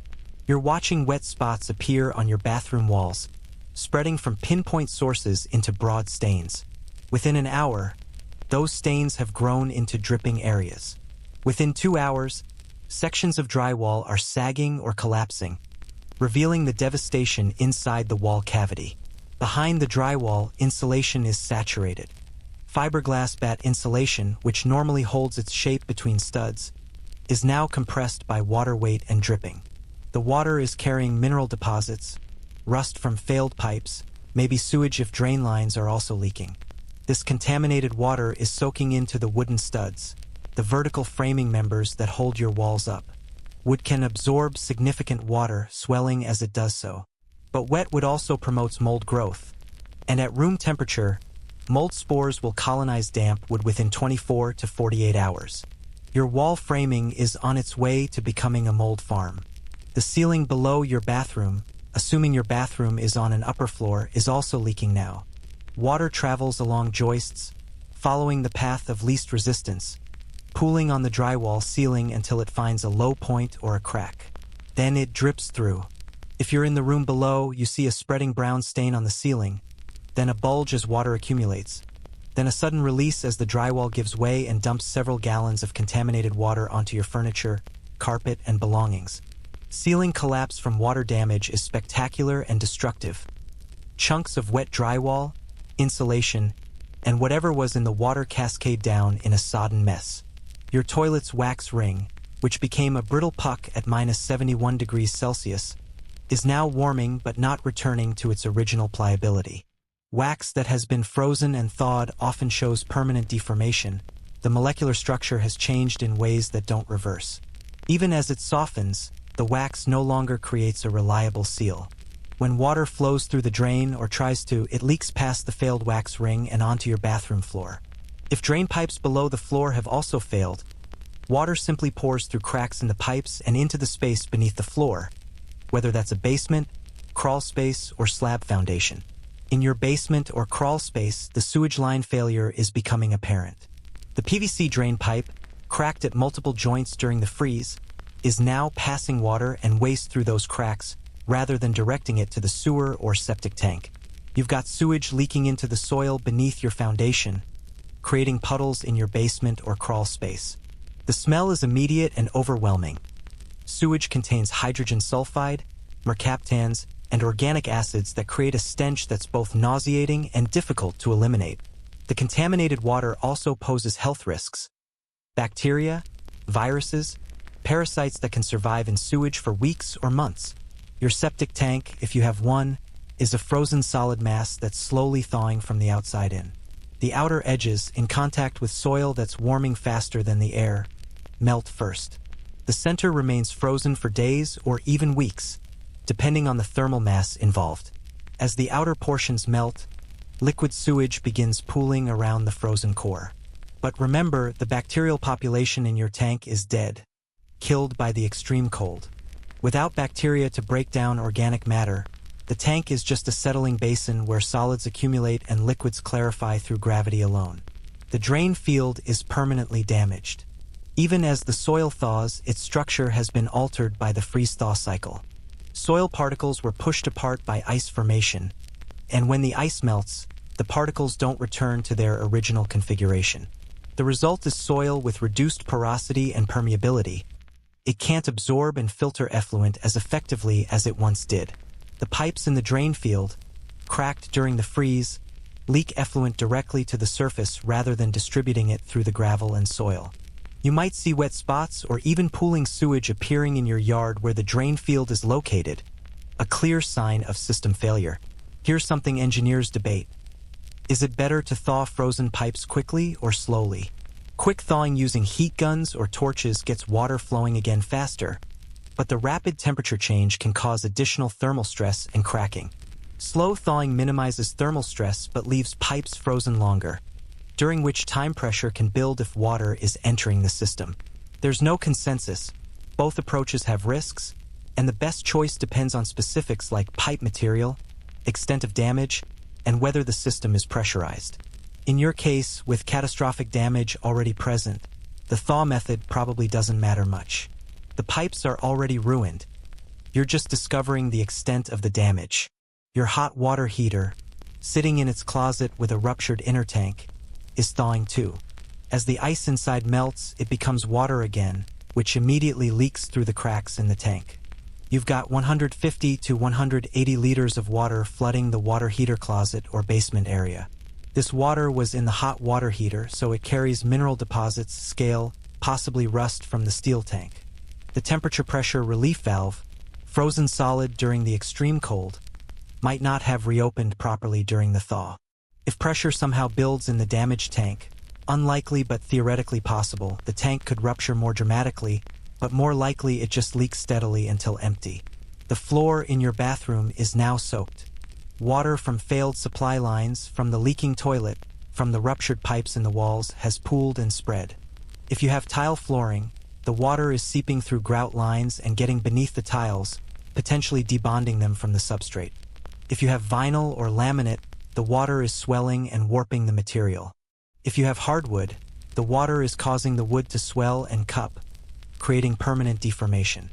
Bathroom floors are supposed to be water resistant, but they're designed for occasional splashes and humidity, not continuous flooding from catastrophic plumbing failure. The electrical system in your bathroom presents a serious hazard now. Water and electricity are a lethal combination, and your bathroom has outlets, light fixtures, maybe an exhaust fan, all wired with electrical cables running through the wall cavities. If water reaches an outlet, it can cause a short circuit, potentially sparking and starting a fire. If water reaches the circuit breaker panel or main electrical service, it can trip breakers or worse. Modern electrical codes require GFCI, ground fault circuit interrupter, outlets in bathrooms precisely to prevent electrocution in wet conditions. But GFCIs can fail when corroded or damaged, and the extreme cold might have affected their operation. You need to shut off the main water supply to your house immediately to stop the flooding from pressurized supply lines. The main shutoff valve is typically near where the water line enters your house, in a basement, crawl space, or sometimes outside near the water meter. But if that valve has also been exposed to extreme cold, it might be frozen or seized. The handle might break off when you try to turn it because the brass or steel has become brittle. You might need to call the water utility to shut off water at the street, assuming they're not overwhelmed with thousands of similar calls if this cold snap affected a wide area. With water shut off, the immediate flooding from supply lines stops, but water already in walls and ceilings continues to leak and drip for hours as it drains to lower levels. You're now in damage assessment mode, trying to determine the extent of destruction. Every wall that contains plumbing needs to be opened, drywall removed, insulation extracted, to access the pipes and see what needs replacement. In a typical house, this might mean opening walls in the bathroom, kitchen, laundry room, and any other areas with plumbing fixtures. You're looking at gutting significant portions of your home. The insurance claim process will be nightmarish. You need to document everything. Photograph the damage, list damaged property, keep records of emergency repairs. Your insurance policy might cover sudden and accidental water damage, but there might be exclusions for freezing damage if the insurance company determines you didn't maintain adequate heat or didn't winterize properly. If this was truly a minus 71 degrees Celsius event, unprecedented and unforeseeable, they might cover it. But insurance companies are notoriously good at finding reasons to deny claims or reduce payouts. Professional restoration companies, the ones that specialize in water and fire damage, will need to be called. They'll bring industrial dehumidifiers, air movers, moisture meters, and expertise in drying out structures and preventing mold. The process typically involves extracting standing water, removing damaged materials like wet insulation and unsalvageable drywall, setting up drying equipment that runs 24/7 for days or weeks, monitoring moisture levels in walls and floors until they're back to normal, treating exposed wood with antimicrobial solutions to prevent mold. Then reconstruction begins, replacing pipes, installing new drywall, repainting, replacing flooring, reinstalling fixtures. The timeline for full restoration is measured in months, not weeks. A single bathroom plumbing failure might take 4 to 6 weeks to fully repair if contractors are available and materials are in stock. Your entire house's plumbing system? 3 to 6 months easily, potentially longer if there are complications or if contractors are backlogged because everyone else in the area is also repairing freeze damage. During that time, you're living in a construction zone, possibly without fully functional bathrooms or kitchens, possibly displaced to temporary housing if the damage is severe enough. The financial cost is staggering. Emergency water extraction and drying might run $3,000 to $10,000 depending on extent. Replacing all the plumbing in a house can cost $8,000 to $15,000 or more depending on house size, pipe materials, and local labor rates. Drywall removal and replacement for multiple rooms adds another $5,000 to $15,000. New flooring, repainting, replacing fixtures, replacing the water heater, replacing the toilet. It all adds up. Total costs for comprehensive freeze damage repair easily reach $30,000 to $60,000, potentially more for larger houses or if foundation damage occurred. If insurance covers most of that, you're lucky. If not, you're facing bankruptcy-level expenses. And remember the septic system or sewer lateral. That's another $10,000 to $30,000 for complete replacement. The drain field excavation alone involves digging up significant portions of your yard, hauling away contaminated soil, bringing in new gravel and clean soil, installing new pipes, and restoring the landscape. The visual impact is dramatic. Your yard looks like an archaeological dig site or a battlefield for months until grass regrows and disturbed areas settle. The psychological toll shouldn't be underestimated either. Your home, your shelter, your safe space has been violated by an invisible enemy, cold and transformed into a disaster zone. The stress of dealing with insurance, contractors, temporary living arrangements, financial uncertainty, and lost possessions takes a mental health toll that's hard to quantify but very real. Studies of disaster survivors consistently show that property damage and displacement correlate with increased rates of anxiety, depression, and PTSD. Your frozen toilet wasn't just a plumbing problem. It was the beginning of a personal catastrophe that will affect you for years. So what can actually be done to protect toilets and plumbing systems from extreme cold? Let's explore the engineering solutions, the modern innovations, and the future technologies that might make water-based sanitation viable even in environments that seem fundamentally hostile to it.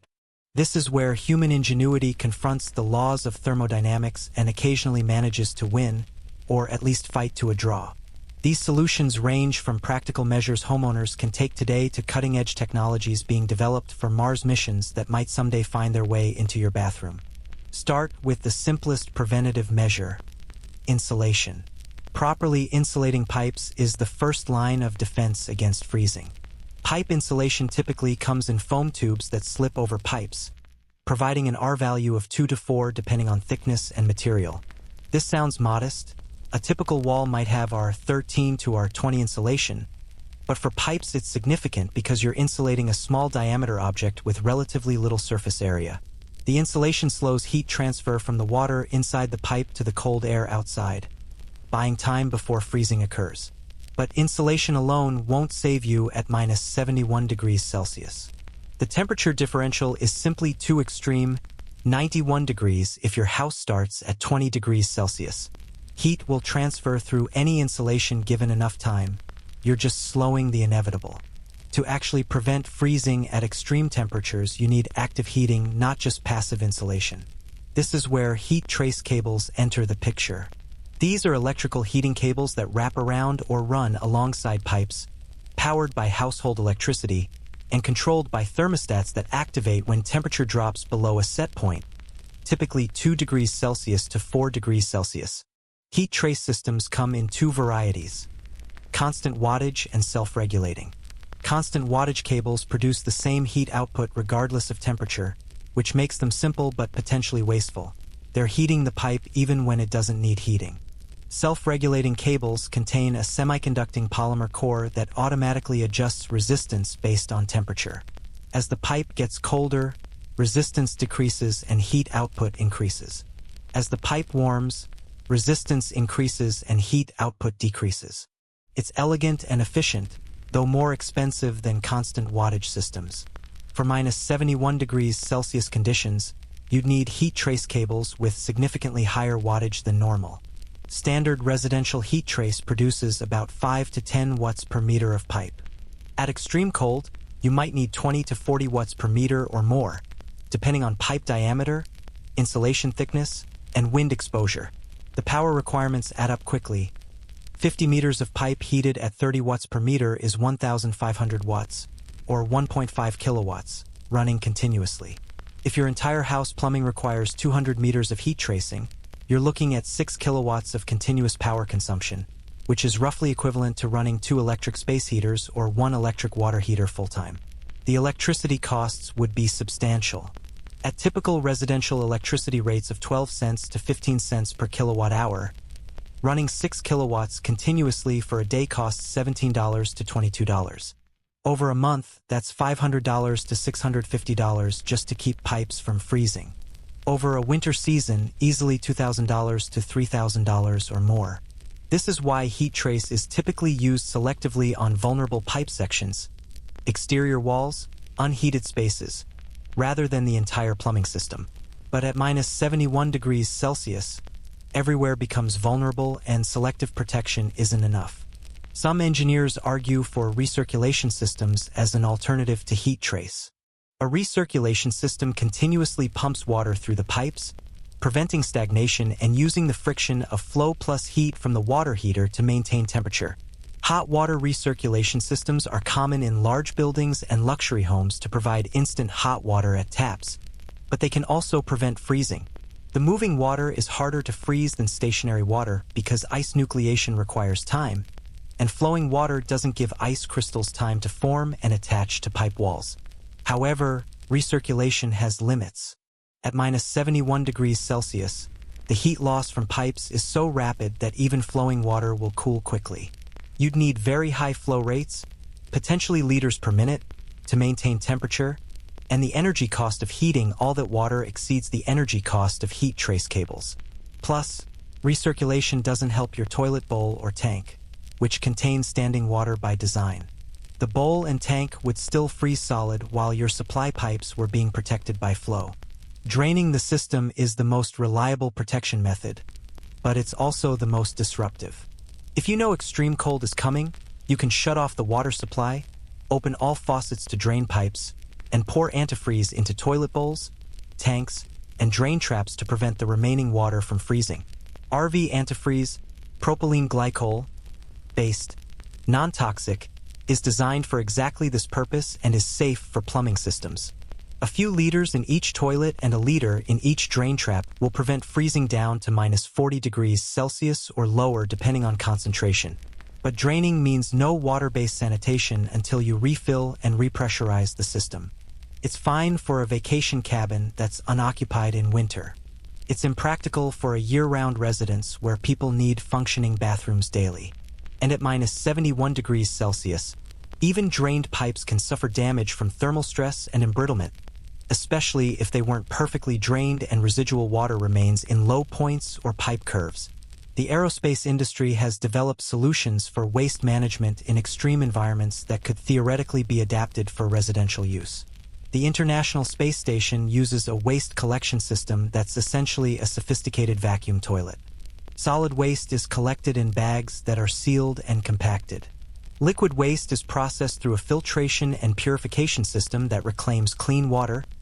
Astronauts drink recycled urine, though NASA is careful not to phrase it quite that bluntly in public communications.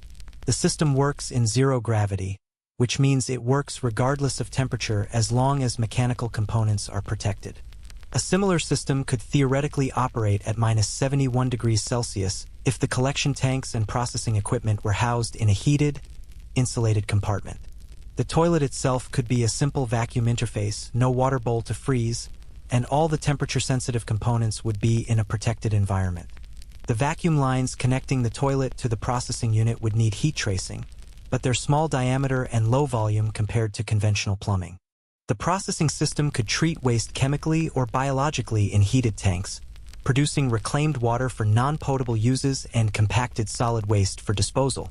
Cost is the limiting factor for residential application. ISS waste management systems cost millions of dollars to develop and hundreds of thousands to manufacture. Even scaled down for residential use, you're talking tens of thousands of dollars for a system that replaces a $200 toilet. The economics only make sense in environments where water-based sanitation is impossible and alternatives are worth paying for. Antarctica research stations justify the expense. Homeowners in Minnesota or Montana generally don't. Composting toilets offer another alternative, one that's already commercially available and used in off-grid homes, remote cabins, and sustainable living situations. A composting toilet separates solid waste and liquid waste at the source, typically with a urine-diverting seat design. Solid waste goes into a composting chamber where it's mixed with carbon-rich material like sawdust or peat moss. Aerobic bacteria break down the organic matter over weeks or months, producing compost that's eventually removed and can be used as soil amendment after additional aging. The genius of composting toilets is they require no water and no connection to sewer or septic systems. They're immune to freezing because there's nothing to freeze. The composting process generates heat. Bacterial decomposition is exothermic, which actually helps keep the composting chamber warm. At -71 degrees Celsius, the exterior of the toilet would be extremely cold, but the composting chamber interior, if properly insulated, could maintain 30 degrees Celsius to 40 degrees Celsius from biological activity alone. The downside is usability and social acceptance. Composting toilets require regular maintenance, adding carbon material after each use, rotating or stirring the compost periodically, removing finished compost every few months. They produce odors if not properly vented and managed.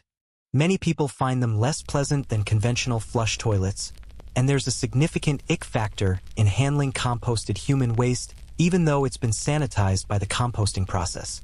For an individual or family committed to sustainable living, these are manageable issues. For mainstream adoption, there are significant barriers.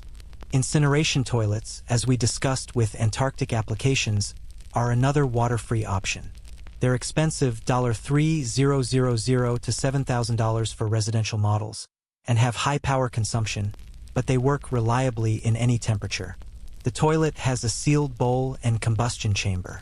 After use, you press a button and the combustion cycle begins, burning everything to sterile ash.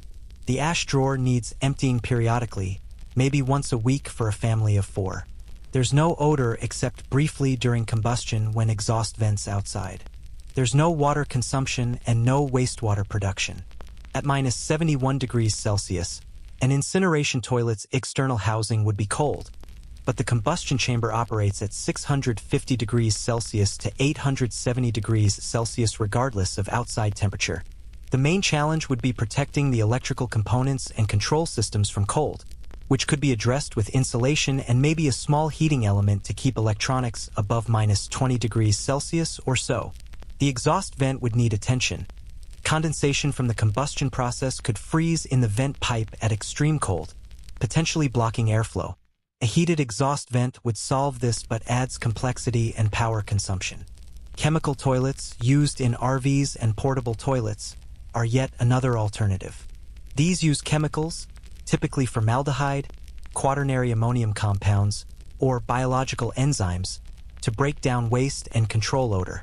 Waste accumulates in a holding tank that's periodically emptied at a dump station.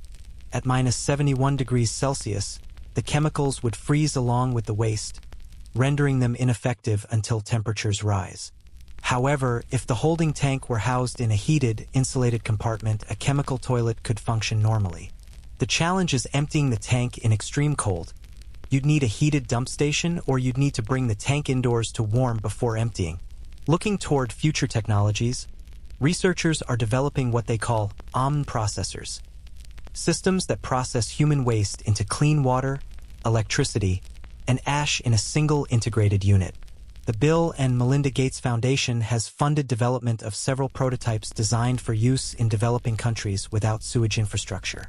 These systems use a combination of processes: filtration, UV sterilization, reverse osmosis, and sometimes incineration or pyrolysis. The water output is clean enough to drink, though it's typically used for sanitation or irrigation instead due to psychological barriers. The electricity generated from burning or processing the waste can power the unit with excess available for other uses. An OMN processor could theoretically operate in extreme cold if properly housed. The entire system would need to be in an insulated, heated structure, essentially a small building or large appliance enclosure. The water produced could be stored in heated tanks and used to supply toilets and other fixtures. The system would be expensive. Current prototypes cost hundreds of thousands of dollars. But for a remote community or Antarctic research station, the ability to process waste on-site and produce clean water could justify the investment. Here's something that historians still debate. Will climate change make extreme cold events more or less common? The obvious assumption is that global warming means fewer cold extremes. But some climate models suggest that disruption of Arctic circulation patterns could occasionally send Arctic air masses far south, creating brief periods of extreme cold in regions that normally experience mild winters. The 2021 Texas winter storm, where temperatures dropped to -19 degrees Celsius in areas accustomed to mild winters, demonstrated how unprepared infrastructure can be for unusual cold. Whether we'll see more such events or whether they'll become rarer as the planet warms remains uncertain. If extreme cold events become more frequent or affect regions currently unaccustomed to them, we might see adoption of cold weather plumbing technologies in places that have never needed them. Heat trace systems could become standard in new construction in regions where they're currently rare. Building codes could mandate insulation standards for plumbing that currently don't exist outside cold climate regions. Frost-free toilet designs might be developed and marketed. Or we might see a shift toward water-free sanitation technologies as climate volatility makes reliable water-based systems increasingly difficult to maintain. For now, if you're facing genuinely extreme cold, the most practical approach is layered protection. Insulation plus heat trace plus backup planning. Keep pipes as warm as possible for as long as possible. Have a backup plan for when systems fail, emergency chemical toilets, plans to shut down and drain systems if necessary, stored water for drinking and basic hygiene. Monitor temperature and pipe conditions actively rather than assuming everything will be fine. And accept that at some point, if temperature drops far enough, modern water-based sanitation will fail and you'll need to revert to more primitive but more robust alternatives. The toilet sitting frozen and shattered in your bathroom represents a technology that's evolved over 150 years to be extremely convenient and reliable within its design parameters. But those design parameters have limits. At -71 degrees Celsius, we've exceeded those limits by a wide margin, and no amount of engineering can fully compensate without extraordinary expense and complexity. The lesson isn't that modern sanitation is flawed. It's that every technology has operational boundaries, and extreme conditions expose those boundaries brutally. So here we are at the end of our journey through the frozen wasteland of your bathroom, standing amid the shattered porcelain, the burst pipes, the ice sculptures that used to be functional plumbing. You've watched your toilet transform from a reliable fixture into a crystalline monument to the power of extreme cold, witnessed the molecular level destruction of every material that comprises modern sanitation, explored how humans have confronted these challenges from Victorian London to Antarctic research stations. Now let's bring it all together and consider what this thought experiment teaches us about the intersection of human needs, technological systems, and environmental extremes. Your toilet, at its core, is a triumph of engineering that we take completely for granted. Think about what it represents. A ceramic vessel that uses precise hydraulic principles to remove waste from your immediate environment, connected to a network of pipes that transport that waste miles away to be treated and returned safely to the ecosystem. This system requires a stable supply of clean water, maintained pressure, reliable materials, and temperatures within a specific range. It's a complex system masquerading as a simple fixture, and like all complex systems, it has failure modes that become catastrophic when conditions exceed design parameters. At -71°C, we've explored one of those catastrophic failure modes in exhaustive detail.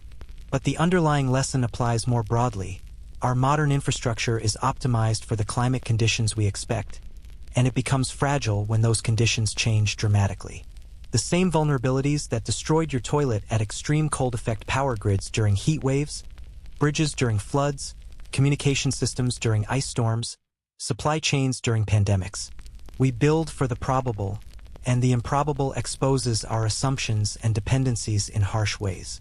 The water inside your toilet bowl, those 2 innocent liters that you've flushed away thousands of times without a thought, revealed itself to be a destructive force when temperature dropped. Water's anomalous properties, its density maximum at 4°C, its expansion upon freezing, its high latent heat of fusion, are the same properties that make life on Earth possible. Lakes freeze from the top down rather than bottom up, allowing fish to survive winters. Ice floats, creating insulating layers. Water's high heat capacity moderates climate. These life-enabling properties become infrastructure-destroying properties when water is confined in rigid containers at extreme cold. The porcelain of your toilet bowl, fired at temperatures exceeding 1,200°C to create a hard, durable, hygienic surface, couldn't withstand the tensile stress of expanding ice. This asymmetry, strength in compression, weakness in tension, is fundamental to ceramic materials and hasn't changed despite thousands of years of pottery and ceramic development. Ancient Chinese porcelain makers understood this. Modern materials scientists understand it. The physics doesn't change. What changes is our ability to design around limitations, to use materials in ways that exploit their strengths and avoid their weaknesses. In a toilet bowl holding freezing water, there's no avoiding the weakness. The pipes in your walls, whether copper or PX or PVC, each failed according to their own material properties and failure mechanisms. Copper split longitudinally, PX burst at fittings, PVC cracked at joints.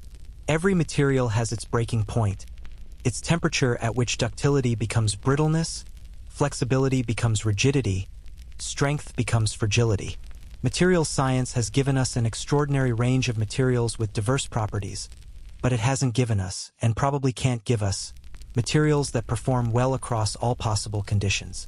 Everything is a trade-off, an optimization for expected conditions at the expense of performance in unexpected ones. Your septic system or sewer connection, buried beneath the frost line in an attempt to protect it from normal freezing, failed because -71°C isn't normal. It's so far outside the design envelope that protective measures adequate for typical winters become meaningless. This raises a philosophical question about engineering. Do you design for the worst-case scenario, accepting higher costs and complexity to protect against rare events? Or do you design for typical conditions, accepting that rare events will cause failures but arguing that the cost of protecting against them exceeds the expected value of the losses they cause? There's no simple answer. Antarctic research stations design for extreme cold because it's not rare there, it's the baseline condition. Your house doesn't design for -71°C because it's vanishingly unlikely to occur in most inhabited regions. The statistical probability of experiencing -71°C in, say, Chicago or Denver or Tokyo is effectively zero based on historical climate data. Engineering for it would be economically irrational. But as climate becomes less stable and predictable, the probability distributions we've relied on for infrastructure design may be shifting.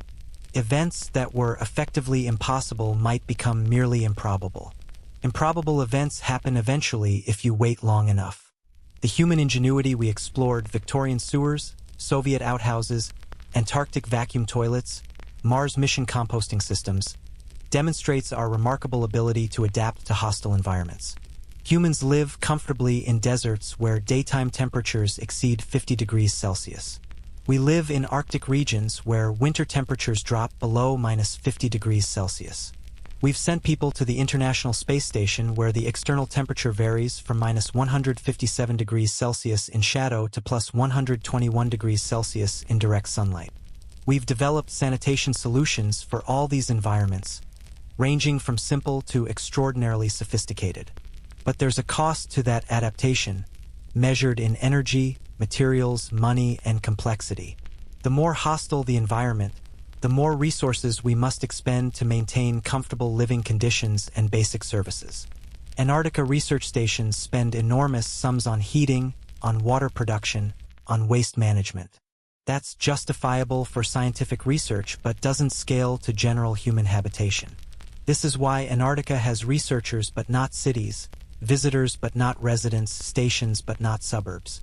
The environmental conditions impose costs that exceed the benefits for most human purposes. Your shattered toilet is a microcosm of this cost-benefit analysis. In your normal climate, a standard toilet works perfectly and costs $200 to $500. It requires no special maintenance, uses readily available water, connects to existing infrastructure. At -71 degrees Celsius, that same toilet is worthless.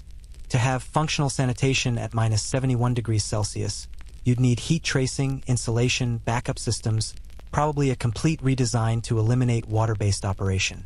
The cost would be thousands or tens of thousands of dollars, and the energy consumption would be continuous and substantial.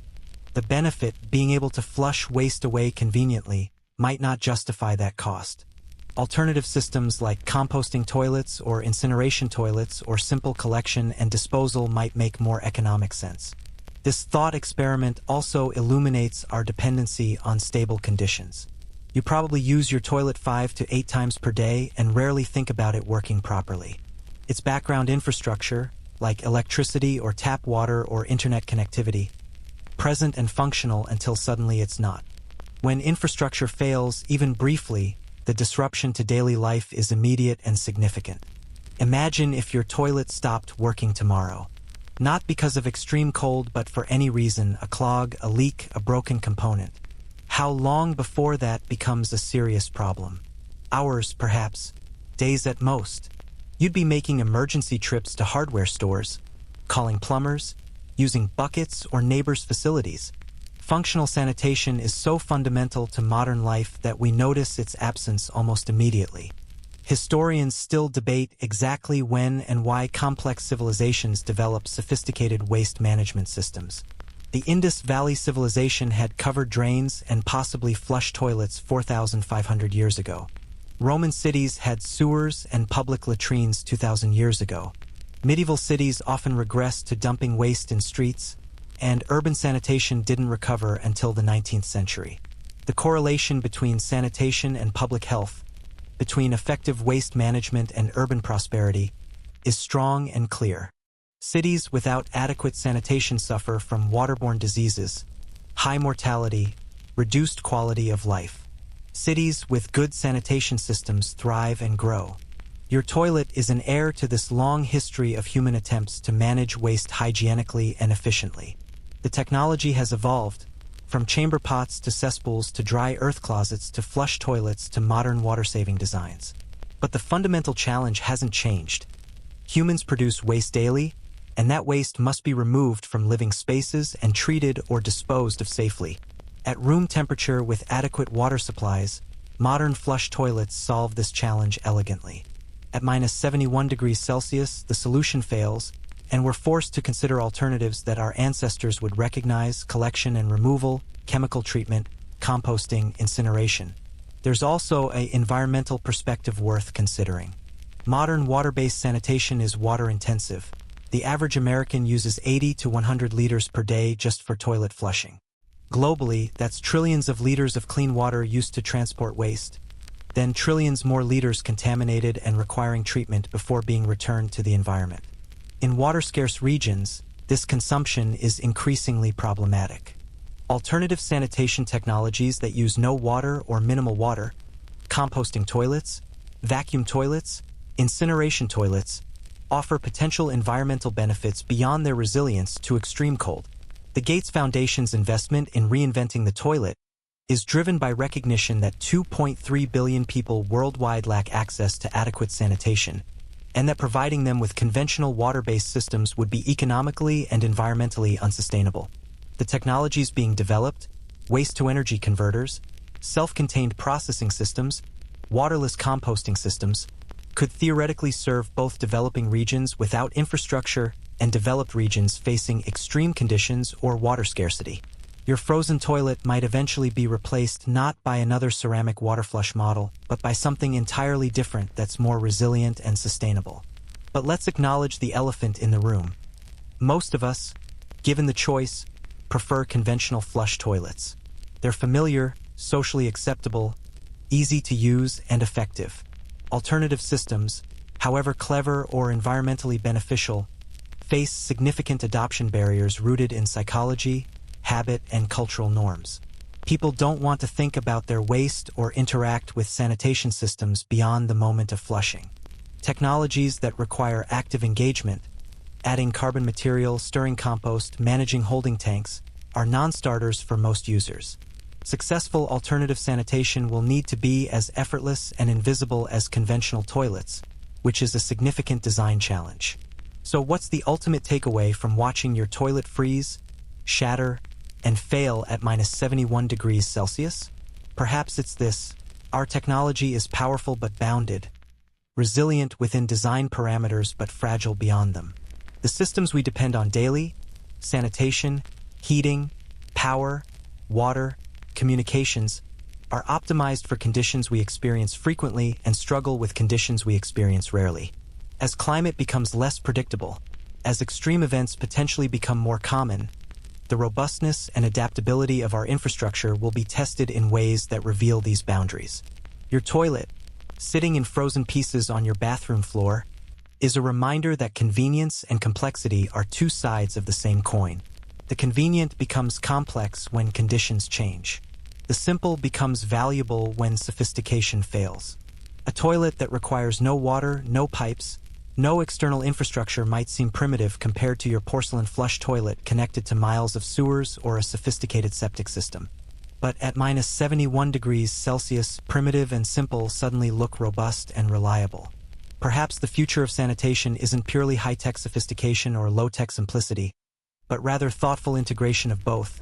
Systems sophisticated enough to provide comfort and convenience under normal conditions, but with simple, robust fallbacks for when conditions turn extraordinary. The temperature outside is slowly rising now, returning to something less hostile, something humans and their technologies can manage. The ice is melting, the water is flowing, and flooding, causing all the chaos we discussed. But at least conditions are moving back toward the familiar range where modern life functions. Your bathroom is destroyed. Your plumbing system is ruined. You're facing months of repairs and staggering costs. But you've survived, at least in this thought experiment, and you've learned something about the systems you depend on, the materials that surround you, and the delicate balance between human needs and environmental extremes. Outside your window, the world continues. People are waking up, brushing teeth, brewing coffee, using bathrooms without a thought about the physics and engineering that make those actions possible. They'll flush toilets that will work perfectly because the temperature is 20 degrees Celsius, not -71 degrees Celsius, because water is liquid and porcelain is strong and pipes are intact. The miracle of modern sanitation continues, unremarkable and unremarked, exactly as it should be, until conditions change and the unremarkable becomes extraordinary, the functional becomes failed, and we're reminded that civilization is held together by systems that work only within specific boundaries, and that outside those boundaries, even the simplest human needs become complex challenges. The wind is settling now, the extreme cold retreating into the realm of rare data points and Antarctic weather stations. Your bathroom will be repaired eventually, your life will return to normal, your new toilet will flush reliably for years to come. Until then, you have a story, admittedly a strange and slightly uncomfortable story, about what happens when temperature drops to minus 71 degrees Celsius and your toilet becomes a victim of thermodynamics. And maybe, just maybe, the next time you use your toilet on an ordinary day at ordinary temperature, you'll appreciate it a little more. You'll recognize that this simple fixture represents centuries of engineering development, materials science, infrastructure investment, and human ingenuity all working together to solve a basic biological necessity. You'll understand that every flush depends on water remaining liquid, porcelain remaining intact, seals remaining flexible, and pipes remaining sound. You'll know, in a way few people do, exactly what's happening behind those walls, beneath that floor, in those hidden systems that make modern life possible. And on the coldest winter night, when frost forms on your windows and you hear the furnace working overtime to keep the house warm, you might spare a thought for your toilet, sitting there quietly doing its job, 2 liters of water waiting in the bowl, completely unaware that you've imagined it frozen, shattered, and destroyed at minus 71 degrees Celsius. Still whole, still functional, still faithfully serving, day after day, flush after flush, asking nothing except occasional cleaning and not to be frozen solid. That seems like a fair request. Sleep well, knowing your toilet is safe, your pipes are intact, your bathroom is whole. The temperature tonight will drop to maybe minus 5 degrees Celsius, perhaps minus 10 degrees Celsius if it's particularly cold. Your infrastructure is designed for that. Your systems are rated for it. Your toilet will be fine. And tomorrow morning, when you visit the bathroom in that groggy, half-awake state we're all familiar with, everything will work exactly as it should. The water will be liquid. The porcelain will be sound. The flush will carry everything away to wherever it goes, which you don't need to think about because someone else has engineered that part too. The ordinary is extraordinary when you understand what makes it possible. The simple is sophisticated when you know what's behind it. And your toilet, that humble fixture in your bathroom, is both a miracle of modern engineering and a potential disaster waiting for conditions to exceed its design parameters. Tonight, fortunately, those parameters are holding. The temperature is comfortable. The systems are functioning. The miracle continues, unremarkable and beautiful, exactly as it was designed to be.